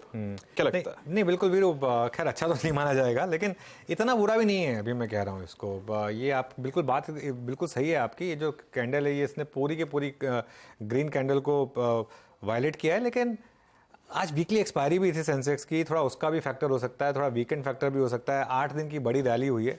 अभी भी निफ्टी ने उस और बैंक निफ्टी दोनों ने उन ट्रेडिंग स्टॉप लॉसेस को नहीं वायलेट किया। 19,300 और 44,800 जो हमारे 2 लेवल्स थे। लेकिन अगर 19,300 और 44,800 डिसाइसिवली वायलेट होने लगेंगे वीरू, तो मैं वनडे को कहूँगा कि शायद ये एक स्विंग पूरी हो रही है और एक बार के लिए मार्केट शायद वो 10 और 20 डे मूविंग एवरेज जो प्लेस्ड है हमारे 19,200 और 19,000 वहाँ तक जाए शायद, लेकिन उसके लिए एक दिन और दे लेते हैं। हाँ, एक चीज़ है, आज जिस तरीके से चाहे आप बैंक निफ्टी को देख लें, चाहे आप निफ्टी आईटी को देख लें, चाहे आप रिलायंस को देख लें, बेसिकली मार्केट के 3 बड़े जो धड़े हैं, अगर तीनों को देख लें तो तीनों में जो आज एक इंट्राडे रिकवरी में सेलिंग आई और तीनों के तीनों जिस तरीके से डे लो पर जाकर बंद हो रहे हैं, वो जरूर आपको थोड़ा सा अनकंफर्टेबल बनाएंगे कि उस हिसाब से क्लोज खराब है। इसमें कोई डाउट नहीं है कि आज का क्लोज खराब है और आज आप लॉन्ग कैरी करने से डरेंगे थोड़ा सा, लेकिन मैं फिर भी कहूँगा कि एक बार और देख लें मंडे तक का ट्रेडिंग सेशन, स्पेशली अगर आप कंफर्टेबली प्लेस्ड हैं 18,800 18,900 से, तो एक बार और देख लें, मंडे का ओपनिंग देख लें, उसके बाद कोई व्यू लें। लेकिन हाँ, क्लोज खराब है, इसमें कोई डाउट नहीं है। जो लास्ट का आधा घंटा था वो तो वाकई में काफ़ी ख़राब था। जिस तरीके से बड़े स्टॉक्स पिटे, इन्फोसिस देखिए आप इंट्राडे, HDFC बैंक देखिए, ICICI बैंक देखिए। ICICI बैंक 2 दिन पहले लग रहा था कि फाइनली ब्रेकआउट आ गया वहाँ पर, लेकिन जिस तरीके से आज ICICI बैंक कोलैप्स हुआ है ये थोड़ा सा डिसअपॉइंटिंग है। लेकिन मैं फिर भी इसको बेनिफिट ऑफ डाउट दूंगा एक दिन का, क्योंकि 8 दिन की तेज़ी है, एक दिन से नहीं जाने वाली। मंडे तक के लिए तो मैं बेनिफिट ऑफ डाउट दूंगा इसको। थोड़ा सा टाइम दीजिए, देखते हैं, क्योंकि अगर आप अमेरिकी फ्यूचर्स देखें ना, एक चीज है वहां पर जितना एक्सट्रीम रिएक्शन ग्लोबली देखने को मिला है उतनी कमजोरी है नहीं। So you never know what plays out. और आज ऑफ कोर्स वो इंपॉर्टेंट जॉब्स डेटा भी आएगा और वहां पर कुछ स्थिति बेहतर हो गई तो फिर हम देखेंगे शायद एक रिकवरी फटाफट से आती हुई दिखाई देगी। चलिए फटाफट से अब खिलाड़ी नंबर 1 का अपडेट आपकी स्क्रीन पर लेकर आएंगे। 3 जानकारों के बीच जो मुकाबला था, ब्रिजेश शेल, प्रदीप होचंदानी और अनुज गुप्ता मैदान में थे इस हफ्ते और रिटर्न्स आपके सामने तीनों के ही लेकर आएंगे। ब्रिजेश इनफैक्ट पूरे हफ्ते लीडरशिप पोजीशन में थे और इनके फाइनल रिटर्न 5.2% रहे। प्रदीप होचंदानी के 1.3% के रिटर्न्स, प्लीज वो डेटा पॉइंट स्क्रीन पर रखिएगा डायरेक्टर साहब। और अनुज गुप्ता नियरली 8.5% के रिटर्न्स के साथ बाजी जीत रहे हैं। तो ये है इस हफ्ते के खिलाड़ी नंबर 1। अनुज, कॉन्ग्रेचुलेशंस। यस बैंक 3% कमा कर गया, बैंक ऑफ महाराष्ट्र, आज रेनबो मेडिकल और MRPL में भी रिटर्न्स आपके अच्छे रहे। हाउएवर मार्केट में एक काफी मुनाफा वसूली आ गई है। अगले हफ्ते के लिए क्या रणनीति और कोई ट्रेड जो आप कैरी करने के पक्ष में है? Harshad, good afternoon, thank you very much. देखिए, ये मेरा सेकंड शो था इक्विटी में और यहाँ पर आपके चैनल के थ्रू ये आज अवार्ड मिलता हुआ दिखाई दिया, तो काफी अच्छा फील कर रहा हूँ। दूसरी तरफ आज हमने देखा कि हायर लेवल से मार्केट थोड़ा सस्टेन होता हुआ दिखाई दिया और मार्केट हायर लेवल से थोड़ा सा करेक्शन होता हुआ दिखाई दिया। कहीं ना कहीं इंटरनेशनल मार्केट का जो व्यूज थे वो वहां से हमने देखा कि जो ट्रेंड था मार्केट का वो नेगेटिव होता हुआ दिखाई दिया। हालांकि अभी भी हम देखें तो 19,200 काफी स्ट्रॉन्ग सपॉर्ट है। मुझे लगता है कि मार्केट अभी भी एक अंडरटोन अभी भी पॉजिटिव है, तो बाय ऑन डिप्स की स्ट्रेटेजी रहेगी। मैंने जो पूरे हफ्ते फोकस किया वो स्मॉल कैप और PSU बैंक्स में फोकस किया था, तो वहां से हमको काफी अच्छे रिटर्न्स देखने को मिले। तो मुझे लगता है कि मैं अभी भी बैंक ऑफ महाराष्ट्र एक अच्छा स्टॉक है, उसके साथ जाना चाहूंगा। और साथ में अगेन विप्रो, जो कि मुझे लगता है कि एक अच्छा आउट परफॉर्म कर सकता है और जल्दी ही अच्छे नंबर्स यहाँ पे आता हुआ दिखाई देगा। तो बैंक ऑफ महाराष्ट्र और विप्रो 2 टॉप स्टॉक रहेंगे, जो कि मुझे लगता है कि Congratulations, ये 2 ट्रेड्स कैरी करने लायक लग रहे हैं। मैं आपको यहीं पर रोक रही हूँ, वैसे बधाई हो, क्योंकि मार्केट क्लोज की तरफ बढ़ रहा है। आखिरी 1.5 मिनट में कहां जाकर गाड़ी टिक रही है उस पर फटाफट से नजर डालेंगे। एंड कांग्रेचुलेशंस वंस मोर अनुज, एक बहुत बढ़िया परफॉर्मेंस और एक बहुत बड़ा कमबैक आपने दिखाया है।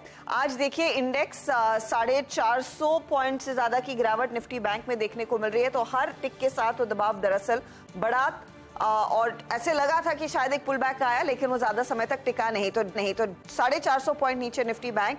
निफ्टी आप देखें डे लो के काफी करीब, इनफैक्ट 19,301 तक का लो हमने टेस्ट किया। 175 पॉइंट की गिरावट आज निफ्टी आईटी ने ड्रैग किया। 285 अंकों का नुकसान उधर बनता दिखाई दिया है।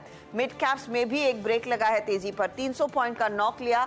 आज सेंसेक्स में भी हम देख रहे हैं करेक्शन, 65,236 पर ये फाइनल जाकर क्लोज आता हुआ दिखाई दे रहा है। कुछ स्टॉक्स जिनके चलते हमने देखा वो ज्यादा प्रेशर देखने को मिला है। फटाफट से लूजर्स आपकी स्क्रीन पर, इनफैक्ट हीट मैप पर आ जाते हैं और फिर हम देखेंगे वीकली गेनर्स और लूजर्स। इस पर्टिकुलर हफ्ते के बैंकों की तरफ से एक ड्रैग बनता दिखाई दिया। आज अदानी ग्रुप शेयरों में हमने देखा कुछ मुनाफा वसूली थी और बैंकों में इंडसइंड बैंक जैसे काउंटर्स, बजाज फाइनेंस जैसे काउंटर्स, ICICI बैंक जैसे काउंटर्स, कोटक जैसे काउंटर्स की तरफ से प्रेशर रहा है। आज पावर ग्रिड में कुछ करेक्शन बनता दिखाई दिया।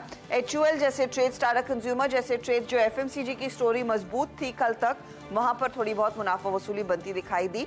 लेकिन क्लोजिंग में देखिए टाटा मोटर्स के जो आंकड़े आए हैं Q1 के, बिक्री के JLR के, वो अच्छे लगे मार्केट को और सलामी दी है। 622 पर ये स्टॉक जाकर टिकेगा, नेली 3-3.5% के गेन्स। टाइटन Q1 अपडेट मजबूत। M&M में हमने देखा एक फॉलो थ्रू कल की तेजी के बाद। SBI life, Cipla, TCS, SBI, ये कुछ स्टॉक्स है जहां पर वो तेजी जाकर सीमित हो गई है, लिमिट हो गई है। वीकली गेनर्स भी आपको दिखाएंगे, लेकिन फिलहाल आप देखिएगा ITC, Reliance industries, hero, in fact इस पूरे हफ्ते हमने हीरो, आयशा और बजाज की सबसे ज्यादा बातचीत की है और वो stocks at the end of the week कुछ मुनाफा वसूली दिखा रहे हैं।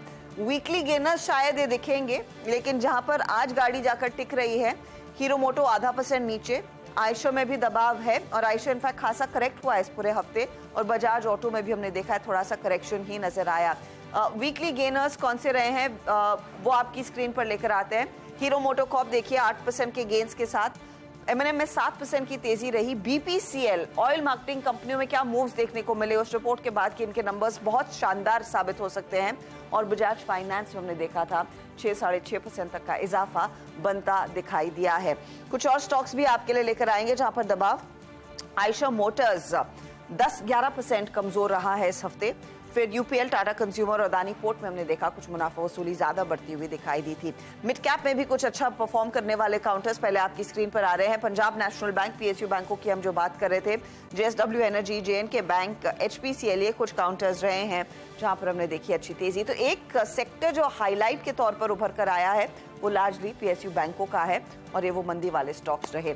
तो आज जाकर गाड़ी जो टिक रही है 19,325 पर, 171 अंकों का दबाव, और निफ्टी बैंक 45,000 के नीचे का क्लोज दिखा रहा है। नियरली 1% तक का दबाव इस पूरे हफ्ते इंडाइसेस ने झेला है, चाहे वो निफ्टी हो, निफ्टी बैंक हो, और मिड कैप या स्मॉल कैप इंडेक्स भी 0.5% नीचे। फटाफट से एक चेक ले लेते हैं कि आशीष और यतिन के बीच का मुकाबला कैसा रहा, किस तरह के ट्रेड्स आए।